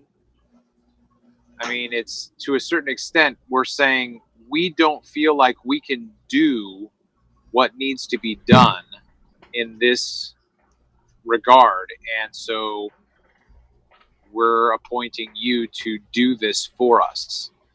For example, Because, can you give me one example, Travis? You're on the right well, track. if we just think about the American Revolution, I mean, if I think about what I recall, I believe I remember hearing uh, that England was taxing the colonists 3%, and so, but in order for them to break free and uh, and revolt, they were they allowed themselves to be taxed 30% and go to war to die. So, in order to be free from 3% taxation without representation, we're allowing our local government to tax us 30%, and a lot of us are going to Oh, die. hold I on, think, hold on. well, hold on. Tax who? Okay, go ahead. Well, I was just thinking out loud. I think that I would still rather be only taxed 3%. I would have said, no, I'm good. But Yeah, but hold on. But like, do we know that the tax rate at that time, after the formation of the Constitution was formed, that the tax rate was at 30%? that's what I'm saying. I was trying to remember Now, I what will it was. guarantee you that the tax, whatever it was at that time, only applied to businesses. I guarantee you that. It did not apply to farmer, Ebam Kim raising his family, having property. It did not apply to him. It only applied to businesses. Guaranteed. Well, right, but see, then that's where the whole leaching over into the private sector, or I'm sorry, the public sector comes in. So that Public sector into private property. Yes. yeah. So when does private property become public business? When does that happen? When does your property become private? When does your private property become public government When it interest? gets swallowed up into the Ebom said alternative it. narrative Ebom said it before. It's a word that starts with T. Starts with T. title. There you go. There you go. When you title it with the state, right? Makes So how can is there an instance where you can have land without a title in the In United the States? United States, no.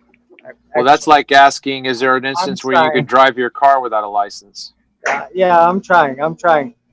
I'm trying, Ibam. Uh, but because this land, let's say I live on Texas, right? It was part of the Louisiana Purchase a long time ago, and and at that time, you know, the king and queen had titles, and they had land purchases. Spain owned this; they bought it from Spain. All this fucking bullshit.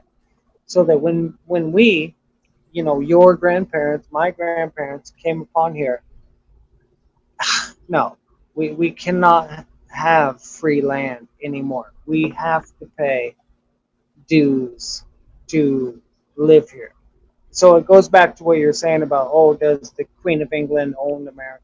I don't know, but it is kind of that same uh, procedure Mm-hmm. Uh, where like like the reason why I started is like we don't have any say in what we're born into and the land and the laws, etc. Now, when at a certain point, you know, is there like the government? I would say says you don't have any right to change things except by playing this game. You know, whatever the political system is. So you can change through these you can change things through these means, and we won't touch you. But if you try any other way, we're gonna get you, right? And so, does it have to come to a revolution where people understand that you know they don't have any rights because they've never created a system where they can have those rights because they're born into whatever rights that they're just born into, and if they just abide by that, then people the system will lay their hands off of you, all right? But then you know once you realize that hey, I actually don't have any rights and I never had a say into the rights that I supposedly don't have, so what can I do? Is the only thing to do is to have armed revolution to get those rights and start what what over. if, what if in this country, Ibram, were you born here in America or were you born in South Korea? Yeah, I was born in Houston, Texas, remember? Oh, that, and your last name's Kim, so I'm assuming South Korea. Yep. Hey, Travis, you're making a lot of noise in the background. Sorry. That's right. Okay, sorry. Gee whiz, Charles. What are you doing over there? Anyways, yeah, I haven't been to South Korea, but I have a good friend, Shin Young Hwan, uh, and he's South Korean. Anyway, one of my best friends. I met him in China, and so you are Native American born. Yep. So you are okay. I mean, it's not like I had a Well, choice either way to well, go. well, well. No, you don't have a choice, just like me, right? Hmm. However, when it comes to rights, apparently there are certain rights written down, right? Uh, there are certain rights in this fucking country that is why your parents came here, apparently, Hmm. to be more free and be more productive and you know and to have more opportunity and all this shit, less taxation, but that's called the Bill of Rights, right? Yep. Now, do have you ever tested those Bill of Rights? Have you ever tested them? Say, do I have these first 10 rights? Um, Speech, freedom of religion, freedom of press, freedom of I try. I mean, harm, uh, it you like know, freedom of search and seizure, freedom of right to remain silent, freedom. Have you ever been pulled over? yes, I've been pulled over. And every one of those rights goes out the window, right? Like Yeah. if you say if you have a gun on you in your car when you get pulled over, dude, you're the most highest terrorist they could ever imagine, right? The cops would just say, lock him down, lock him down. There's a gun, even though you didn't grab for it. There's Yeah. a gun. Like, why is that? I thought we had the, Second Amendment, freedom to carry. Yep.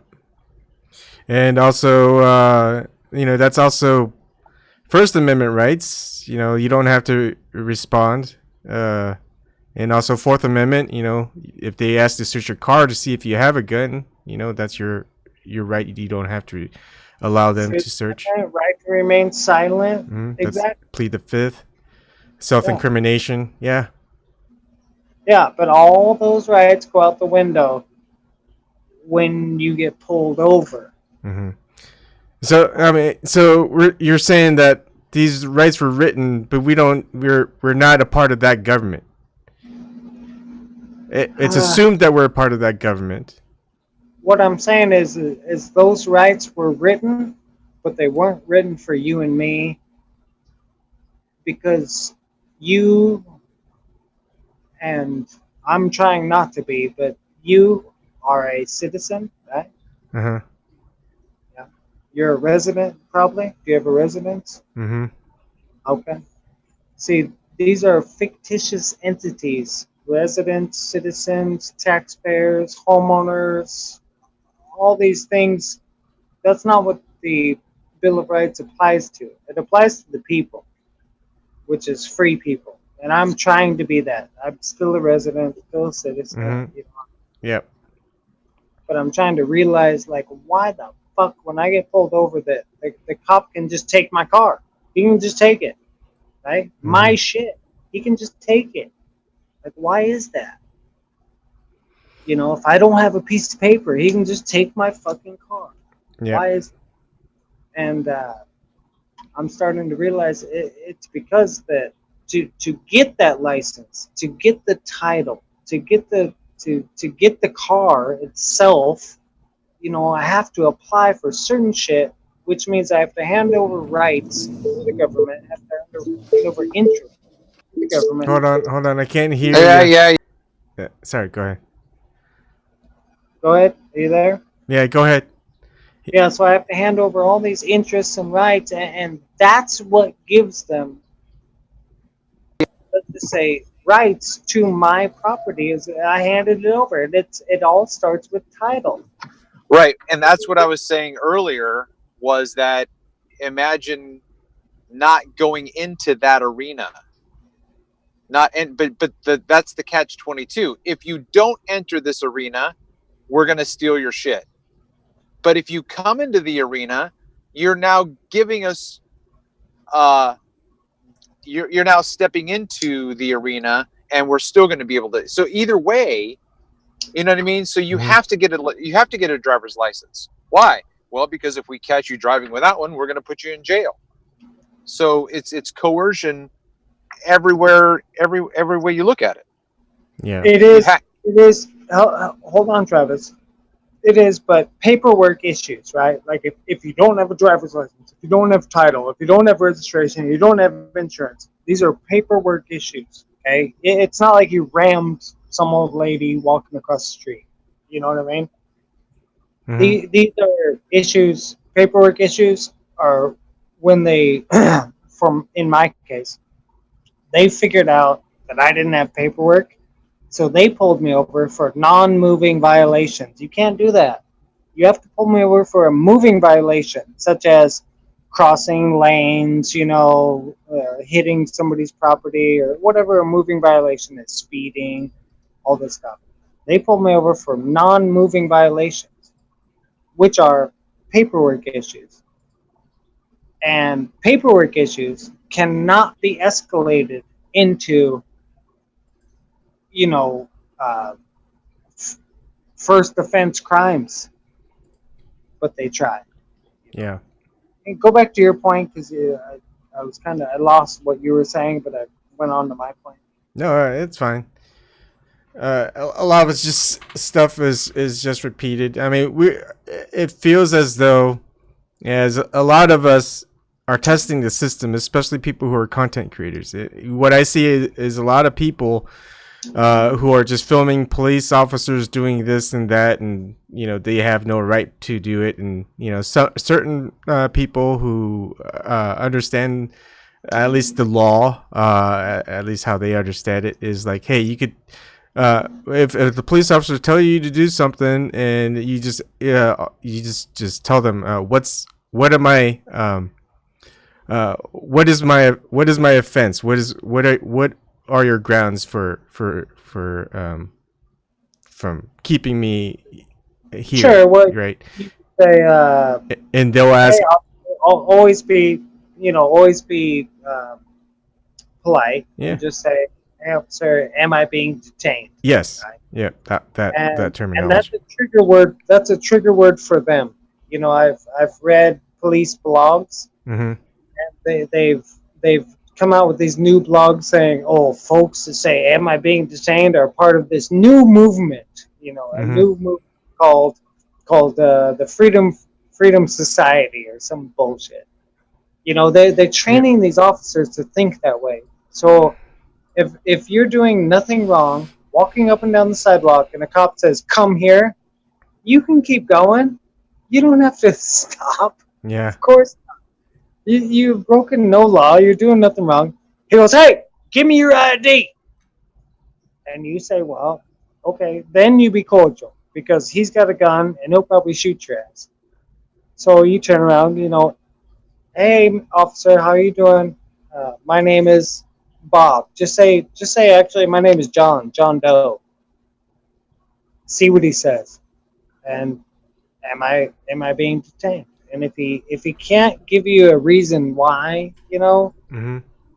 it's hard to say. It's one of those things where you have to be in that situation, for Yep. for a guy to give you an answer, but which I never have. Yeah. So.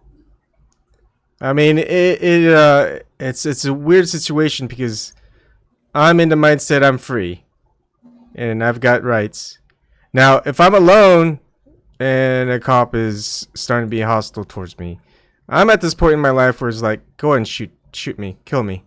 I mean, if you think you have that right to, go ahead. Otherwise, I'm just gonna go on my way. I Now, kind of on the other hand, if I have my wife and my kids with me, that's a little bit different situation.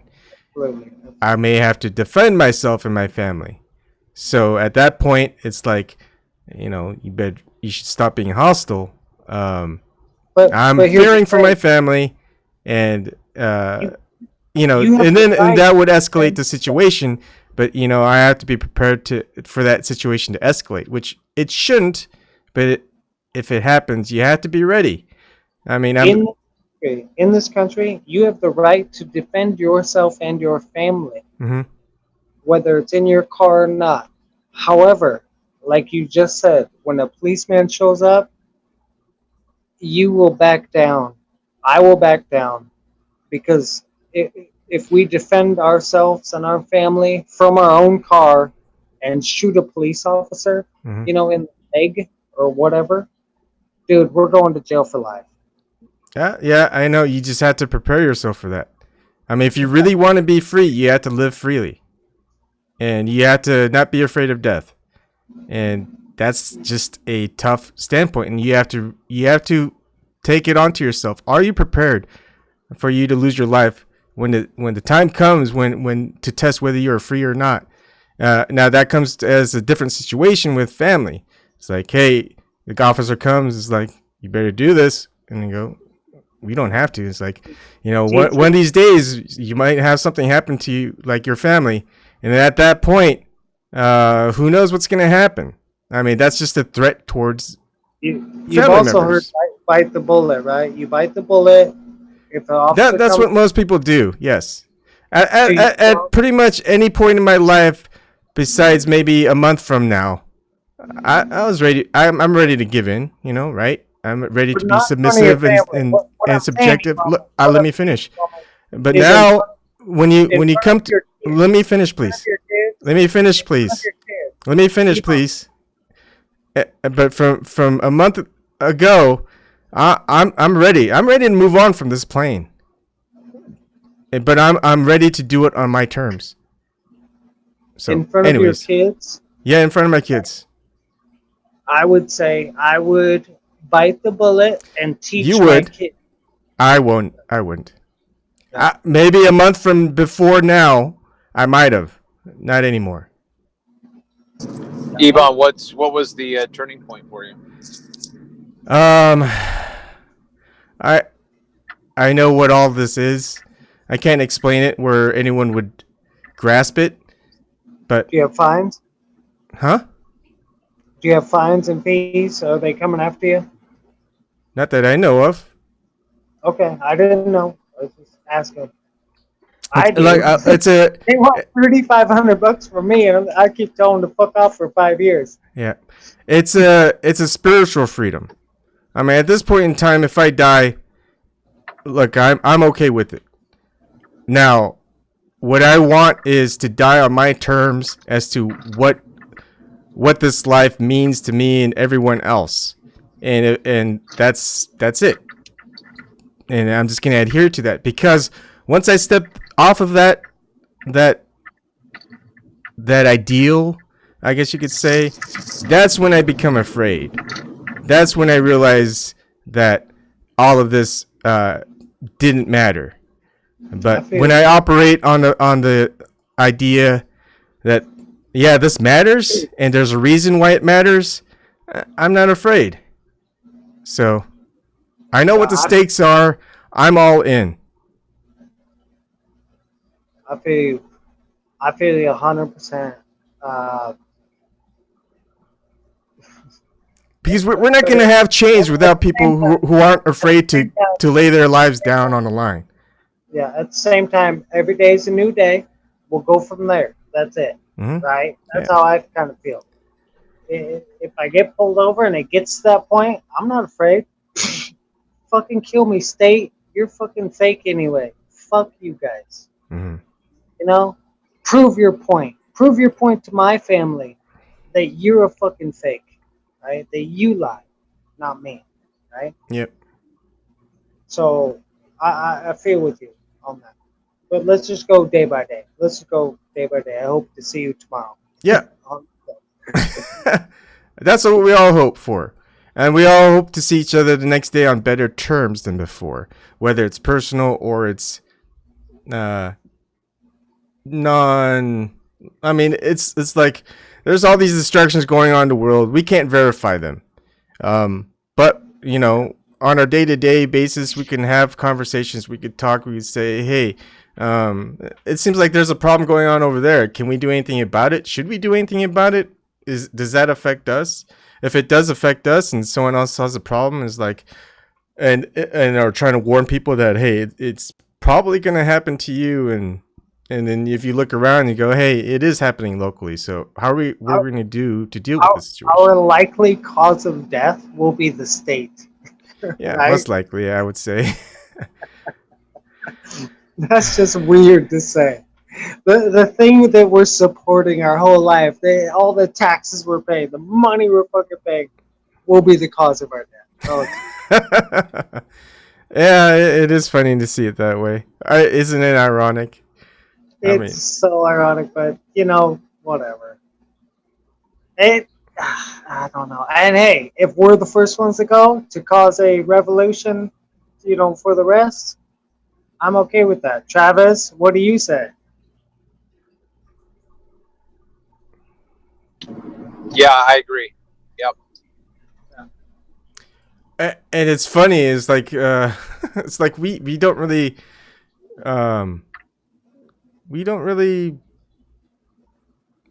like want it. We just want to be left alone type of thing. And then we realize no matter what, we can't be left alone. Isn't that the weird thing? It's like, we just want to be left alone. Oh, you can't be left alone. Well, what do we do? It's like, okay. It's like we basically have to pay people to leave us alone. It's like, that should just be the ordinary state of things. To be left alone and to leave someone else alone.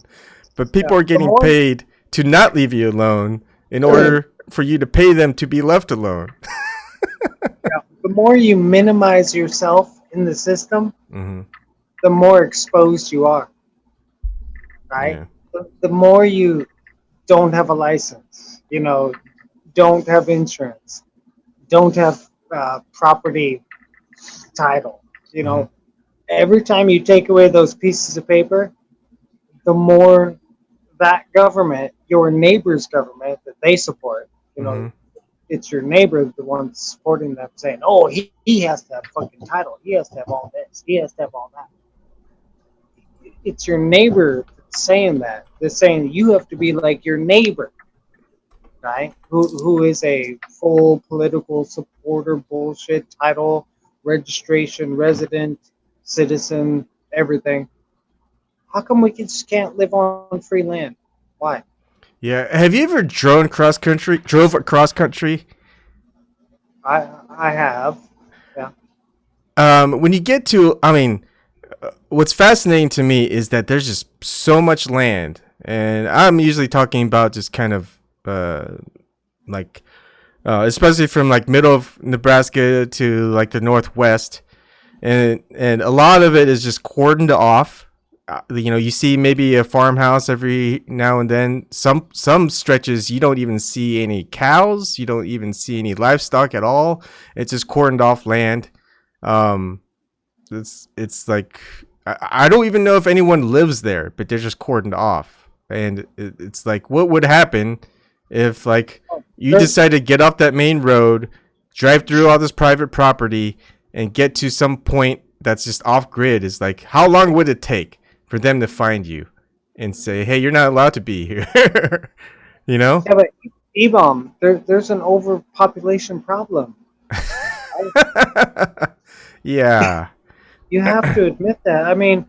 Um, I mean, from the whole state of Texas, if you take the whole state of Texas, every 1.6 billion people in the state of Texas could have a 1,000 square foot house.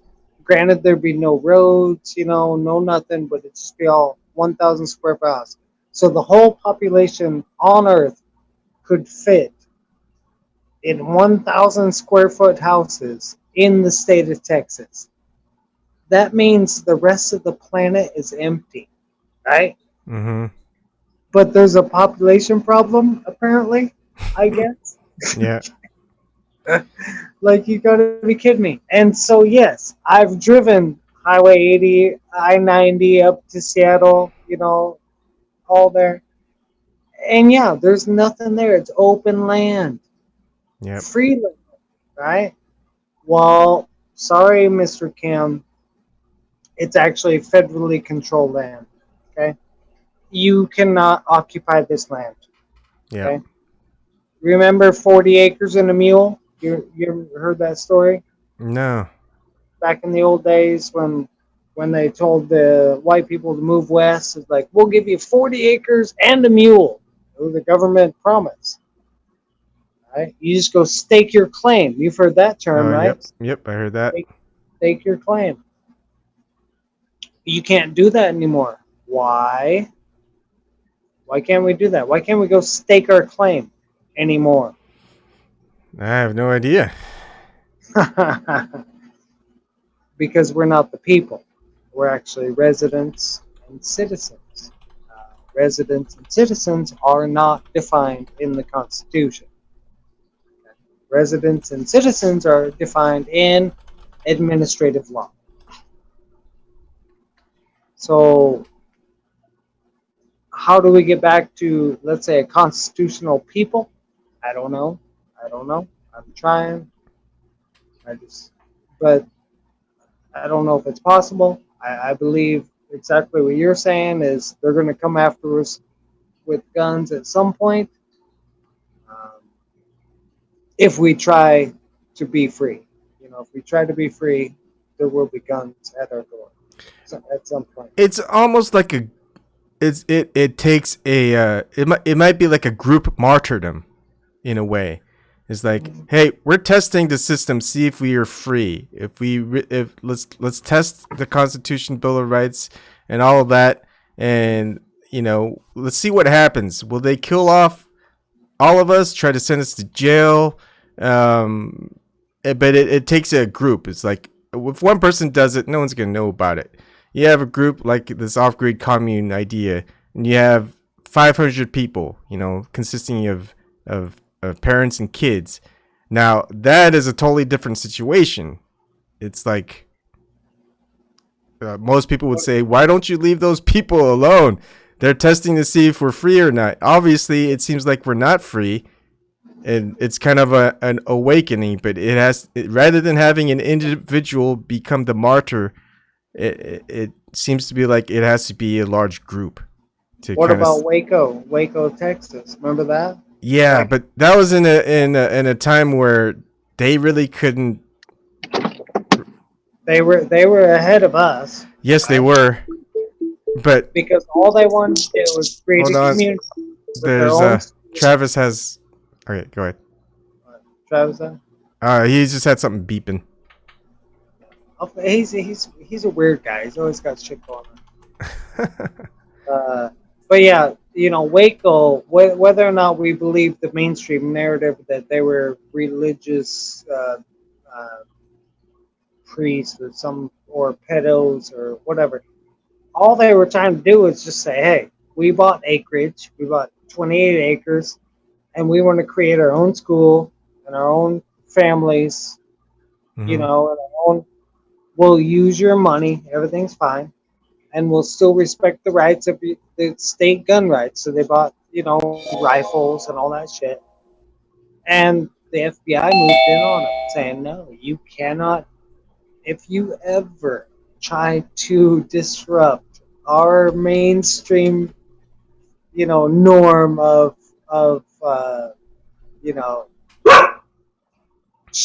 lifestyle. Yep. Can't do that. Oh yeah, I think it can be. It takes a lot of foresight, I would think, because part of it is the people who are going to come and either try to take you out of the land forcefully or to use deadly force if necessary.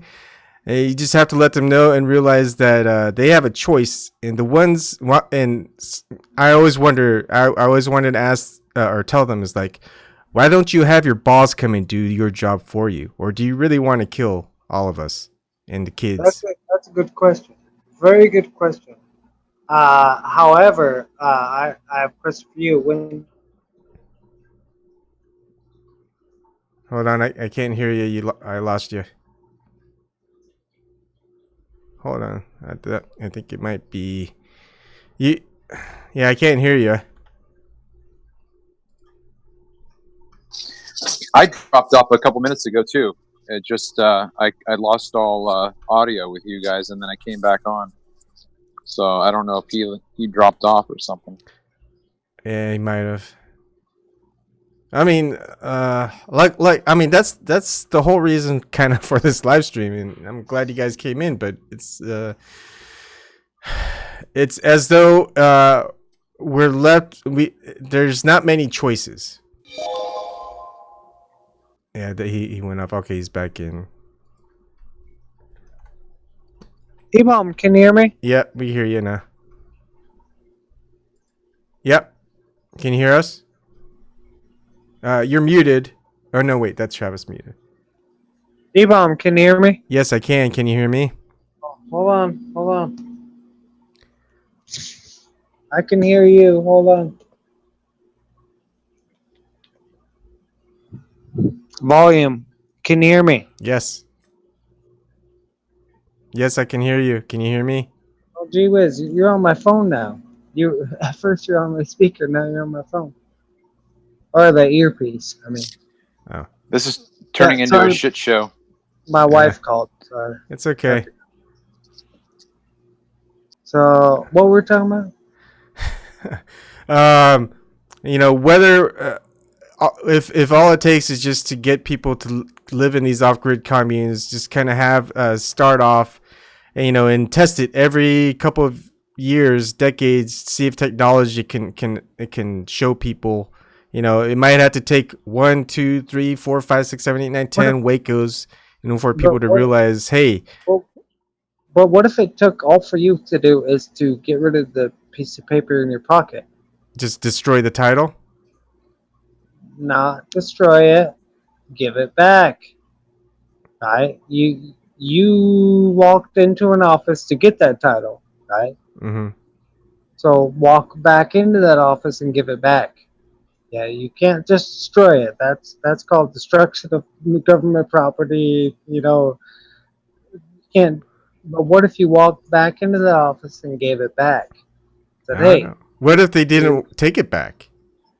So it's just left on the ground. Isn't that just kind just of destruction of just property? just try it. Let them leave it on the ground, right? Or you say, I would like to cancel this title, right? Maybe there's a form for that, so you can fill it out. Okay, cancel this title, right? That's interesting. Have There, you done there's a way. that? Do you know anyone who's tried that? Yeah, I've done it, Huh. but the government doesn't honor it. That's the problem. They don't honor Well, if they have no honor, they're not going to honor it. So, it. Exactly. That's the fucking problem.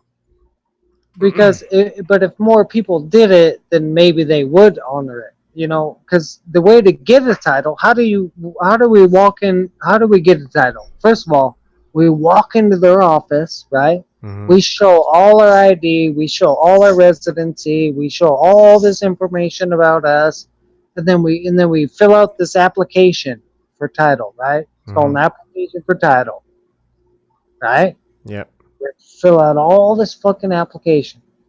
So we give all this information and we fill out one of their forms. We hand it over to them, and then maybe 30 days later they go, "Oh, you've been accepted." Okay, all right, you've been accepted as title holder. Oh, that's great. Okay, how do you give it back? How do you say no? I don't want that. Right? Yeah. What if you didn't need it to begin with? Right? What if we only did that because we thought we needed? What if you actually didn't need it? What if you could actually live your life without that title? Without a state title, can you still go to Walmart? Can you still go to church? Can you still go to school? Can you still go to work? Without this piece of paper, could you still do all the stuff you need to do? Kim? Yes. Absolutely. Until they find you and want to do something about it. Absolutely, you could. That's right. But hey, let's just keep it at one point. Yes, you could do absolutely everything you could do without this fucking piece of paper. Well, that's the same thing that's the same thing we were talking about earlier. What changes? Yeah. If you have the paper, if you don't have the paper, the only thing that changes is permission. I have paid you your money. Now leave me alone. Yes.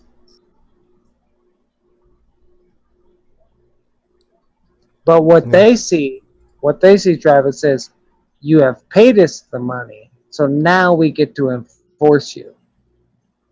Right. But you forced me to. You made me enter into this. No. You walked into our office. No. Remember, Kim? Hey, Ebam, we walked into their office voluntarily.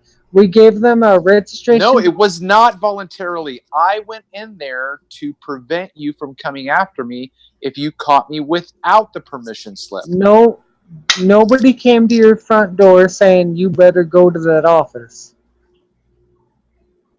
Right?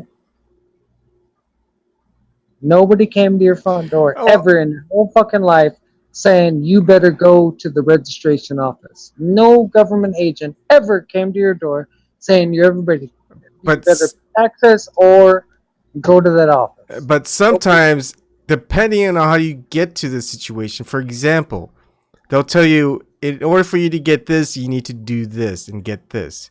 So it's just like the title. It's like, say you're going through a bank to get that mortgage. They go, in order for you to for us to complete this transaction for this mortgage, you need to go get the title.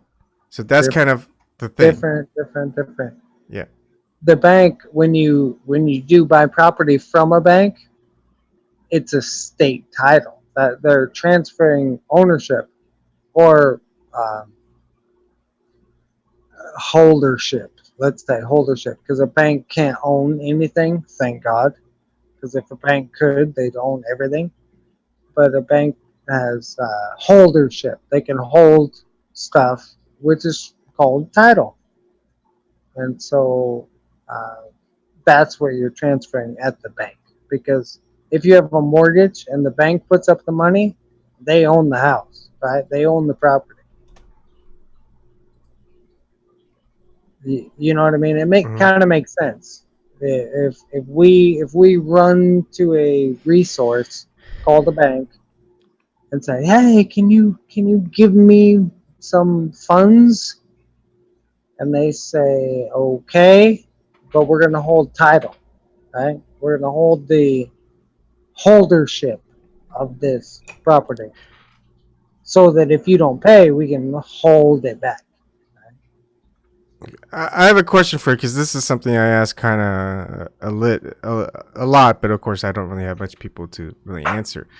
Is what why did the United States went because you're a huge land, you're new land, you pretty much fought off the biggest empire of the world at the time, which is England, and you defeated them, and the historical record shows us that hey, the founding fathers went to go looking for loans uh, over in Europe to pay for the war. It's like, didn't they just conquer, defeat the biggest empire? They have a land of their own where they have their own resources. Why did they subjugate themselves to get a loan from an international bank? Because, well, the books tell us that the British were, well, the American colonists fought the British, right? Mm-hmm. But France stepped in and went down to South Carolina, right? The Carolinas, Virginia, the the Queen Virginia, um, and then Spain stepped in down below and with Florida, and then France also went down below with Louisiana, King Louis, Louisiana. Mm-hmm. So there was much more interest in the fight that the colonists put up between the European colonies or countries than there was, for the colonists there. That's just what the books tell us. Mm-hmm. I have no idea exactly what happened, but if you look at the words of the states, Maryland, Queen Mary, Mm-hmm. uh, Carolina, North Carolina, you know, the Carolinians, um, Louisiana, King Louis, Georgia, King George, Mm-hmm. Alabama. Not sure about that, but you know what I mean. It just they're all named for exactly who paid for it. Yeah, I mean, it's just like I just I mean that's kind of all we have is what they tell us, and then we just look at it, and the most we can do is just question. Is like, what Yeah, doesn't make sense? Hey, we defeated the biggest empire ever during that time, uh, and now we need to pay off our debts because of the but war. yeah, New Mexico, like, is it Mexico or not Mexico? Like, who won the Spanish War? We don't know, but we're being taxed for it for Mm, sure. yeah. Right? We're being taxed for it. Do you know what? And Do you know what Crow 777's working hypothesis is? What is that? That George Washington was King George. That it was all a show. It was all just this crazy freaking very, game, man. Very well could be. Very well could be. Like, how would we know? Right. Yeah, we Yeah. would know. How would you know? But that's Yep. funny that he would.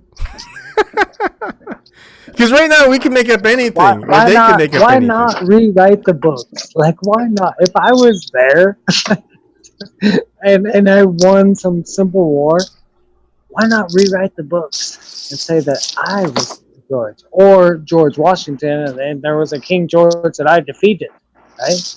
Hmm. Like, why not write that? Especially Yeah, when you have control of the printing press. Jesus. you know Which that. is called the money press, of course. The book press and the money press were the same thing back then. Yeah, and here's the thing, like, who first decided who can print the money?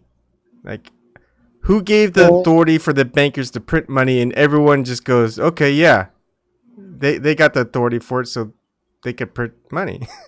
and yeah, it's like, how did the bankers enforce it? I mean, they'd have to have people to enforce it. But what do they? I mean, if they don't have any resources except for just printed money, where someone has to accept that money is legitimate. It's like, who accepts just a bank, out of well, nowhere? here's the thing: is apparently back in the old days. Remember, there were a bunch of different big industries. We had the Rockefeller industry, Mhm. the Carnegie Steel, the rock, the what's the other banker guy? Each Like a bunch of melon something. yeah, just a bunch of different industries back then who were trying to keep themselves separate and J.P. profitable. Morgan. Oh yeah, J.P. J.P. Morgan. Yeah. Morgan, the Morgan Industries back then, and uh, they were they had their own what they called citizens. They actually called them that. People that worked there, that stayed there, they were paid in their own little currency, fake little, whether it might be cork dimes, but they could use them at the store, right? Hmm. So it was a society in its own fucking realm, right? But those cork dimes, it wasn't cork, it was, let's say a smashed penny or whatever.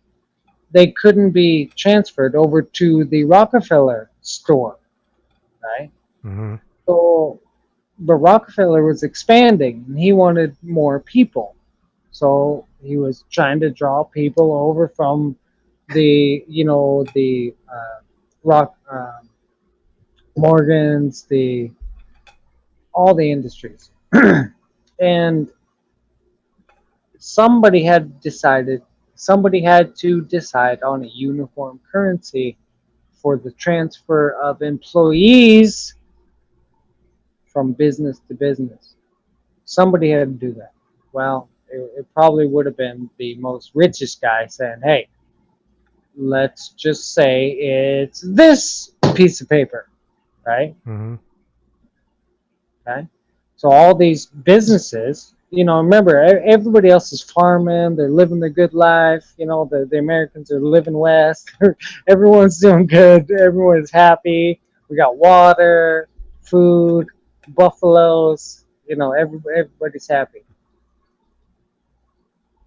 But in that little city community right there, citizen, uh, they had to come up with a common currency to trade between employees, slaves, basically. Um, and so that's kind of where a common currency came from, is free movement between states, because all these industries worked between different, what they called colonies or states back then.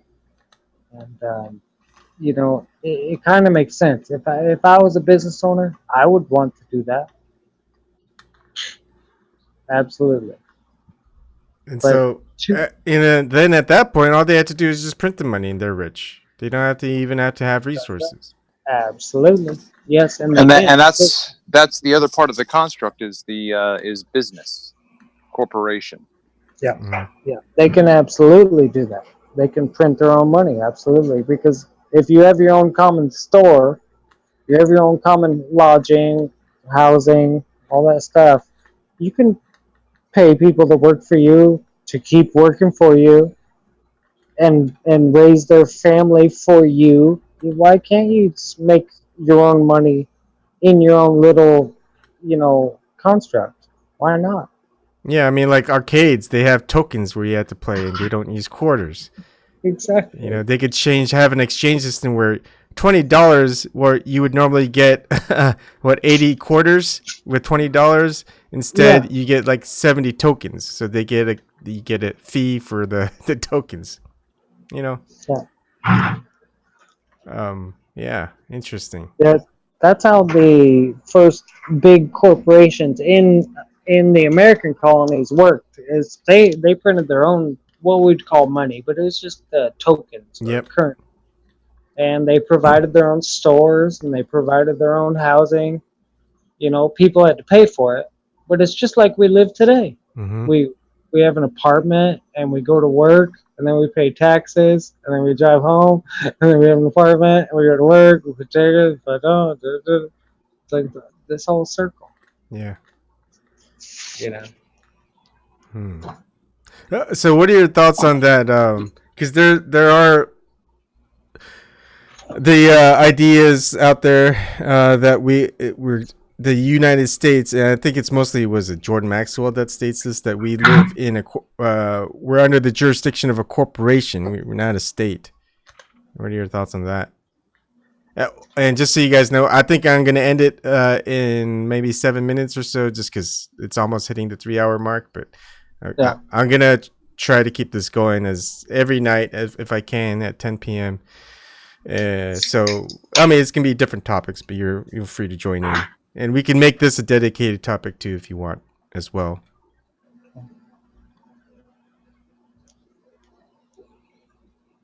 Travis, what do you think about Jordan Maxwell?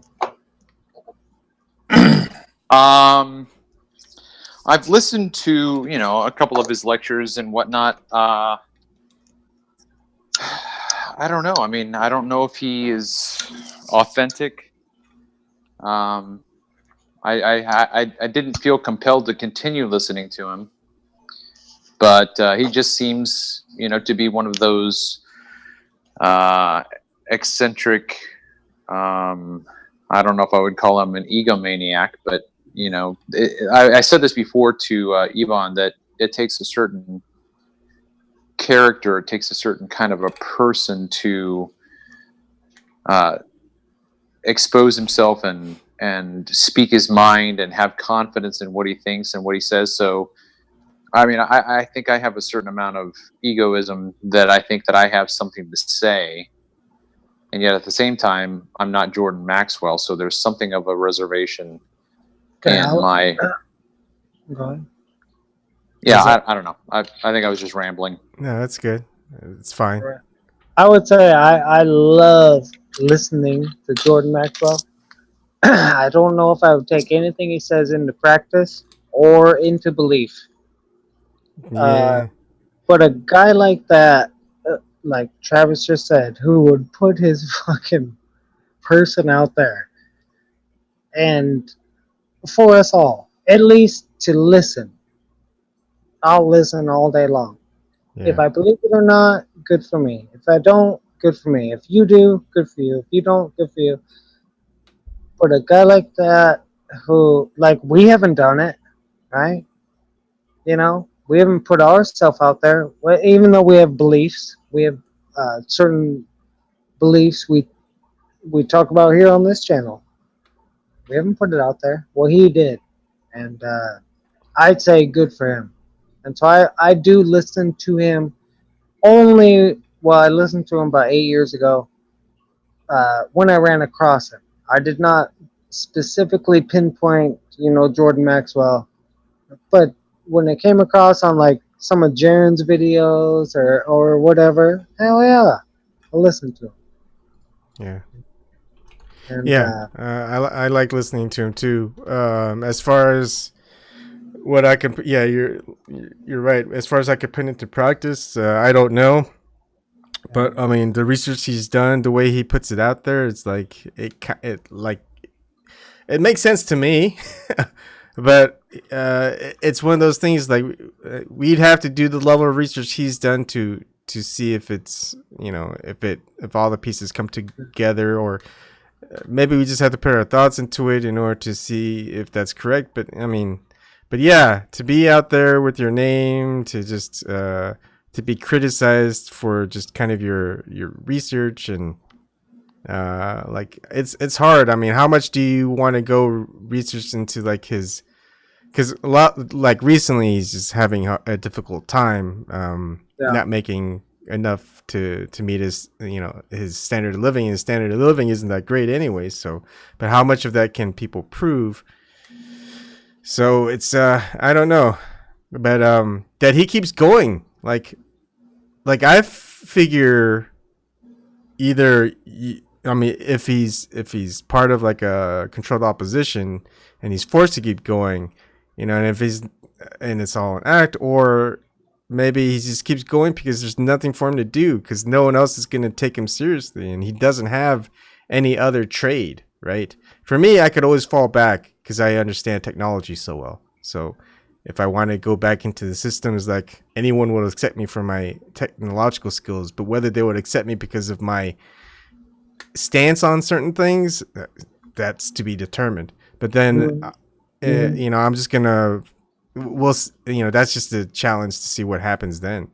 But for me right now, it's just like, all right, my plan a year ago was just in my local community, just teach people and have it for free. And if they want to donate, and you know, just get the community, people in the communities, you know, give them something that they don't have. Like, how many people in middle of nowhere Columbus, Nebraska has ever had someone who's worked with like Harvard University, Microsoft, and, you know, a big financial system is who did I work with? Your neighbor is your enemy. That's the thing. Yeah. These people,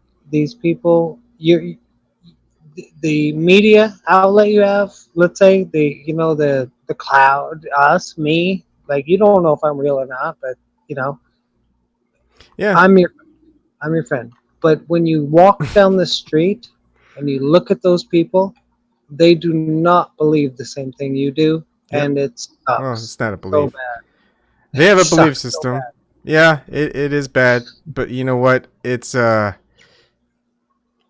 they are the ones that are causing our problem. You know, they are the ones that are happy to pay 30% tax of their money, 40%. You know, they're so happy, like, oh yes, government, and they're waving these flags saying yes, Trump, or yes, Bush, or whoever. It doesn't matter what president. They're just happy to say that America's the best, the most free. And they don't realize that they're the most subjugated. Yeah, People. but I don't call them my enemy. I don't know if I even have an enemy.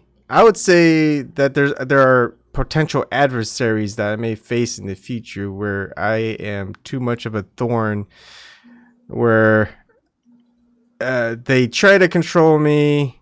They can't quite, so they have to use different means. And then it's like, you know, do they want to subjugate someone who, like, who wants to go and go, hey, let's take Ebon down a notch, or, you know, he won't go down a notch, so let's just take him off. They don't want to talk to you about 911. They don't want to talk to you about moon landings. They don't want to talk to you about driver's license. They don't. They already have their own belief, and they will not deviate from that ever. Yeah, but that doesn't make them enemies. Yes, it does, because that's the reason why you have to believe it. No, we don't have to believe it. He's saying that they're the enemy because they're going to reinforce the statist mind. Yes. They are going to, you know, stand against you and say, what are you doing? Keep your head down, or you can't do that. So that's what he means. Yeah. And that's fine. someone has to. There's always been a sacrifice made for the people, and who's gonna take it this time? We can stick our head ups together, right? So we've done it right now. Three heads. Okay, we've put them up. Let's just show up here again next show. How about that? Yeah, I'm always out on my own shows, anyways. But yeah, I appreciate more company. That's fine and Yeah. great. And thank you guys for joining in. We stuck our necks out. Let's just do it again. Let's just see what happens. I'll try to bring some friends in. You try to bring some friends in. Travis, same. And just see if we can't create a small group of folks that understand how the system works. And once we understand how the system works, then we can get away from it. Don't fight it. Never fight it. Get away from it. Okay? Don't you want to test the system out little by little? I have, and it's not good. Yeah. No. Okay. Maybe I can find a little bit of an exploit within the system. At least that's kind of what I'm good at. You can test it too. I'll tell you how I tested it. You can try it too. I'll support you, and no problem. Yeah. That's good. But let's push back a little and see what happens. absolutely. All right. Thanks for joining me. People who are joining in or don't really watch, you can always join in on the conversation. Yeah, I don't care if you reveal yourself or not. I'll just take what you have to say, whether I agree or disagree. That's going to be an issue, I'm sure. But I'm happy to hear it. I'm happy that people can just kind of let loose, whether they have grievances or not, or they just, hey, maybe one night you just want to talk about fishing, things like that. But anyways, thanks for joining. Those people who are listening and watching and chatting, thank you. And I'll see you guys another night, Travis and Aaron and everyone else. All right. Thanks, Saban. Thanks.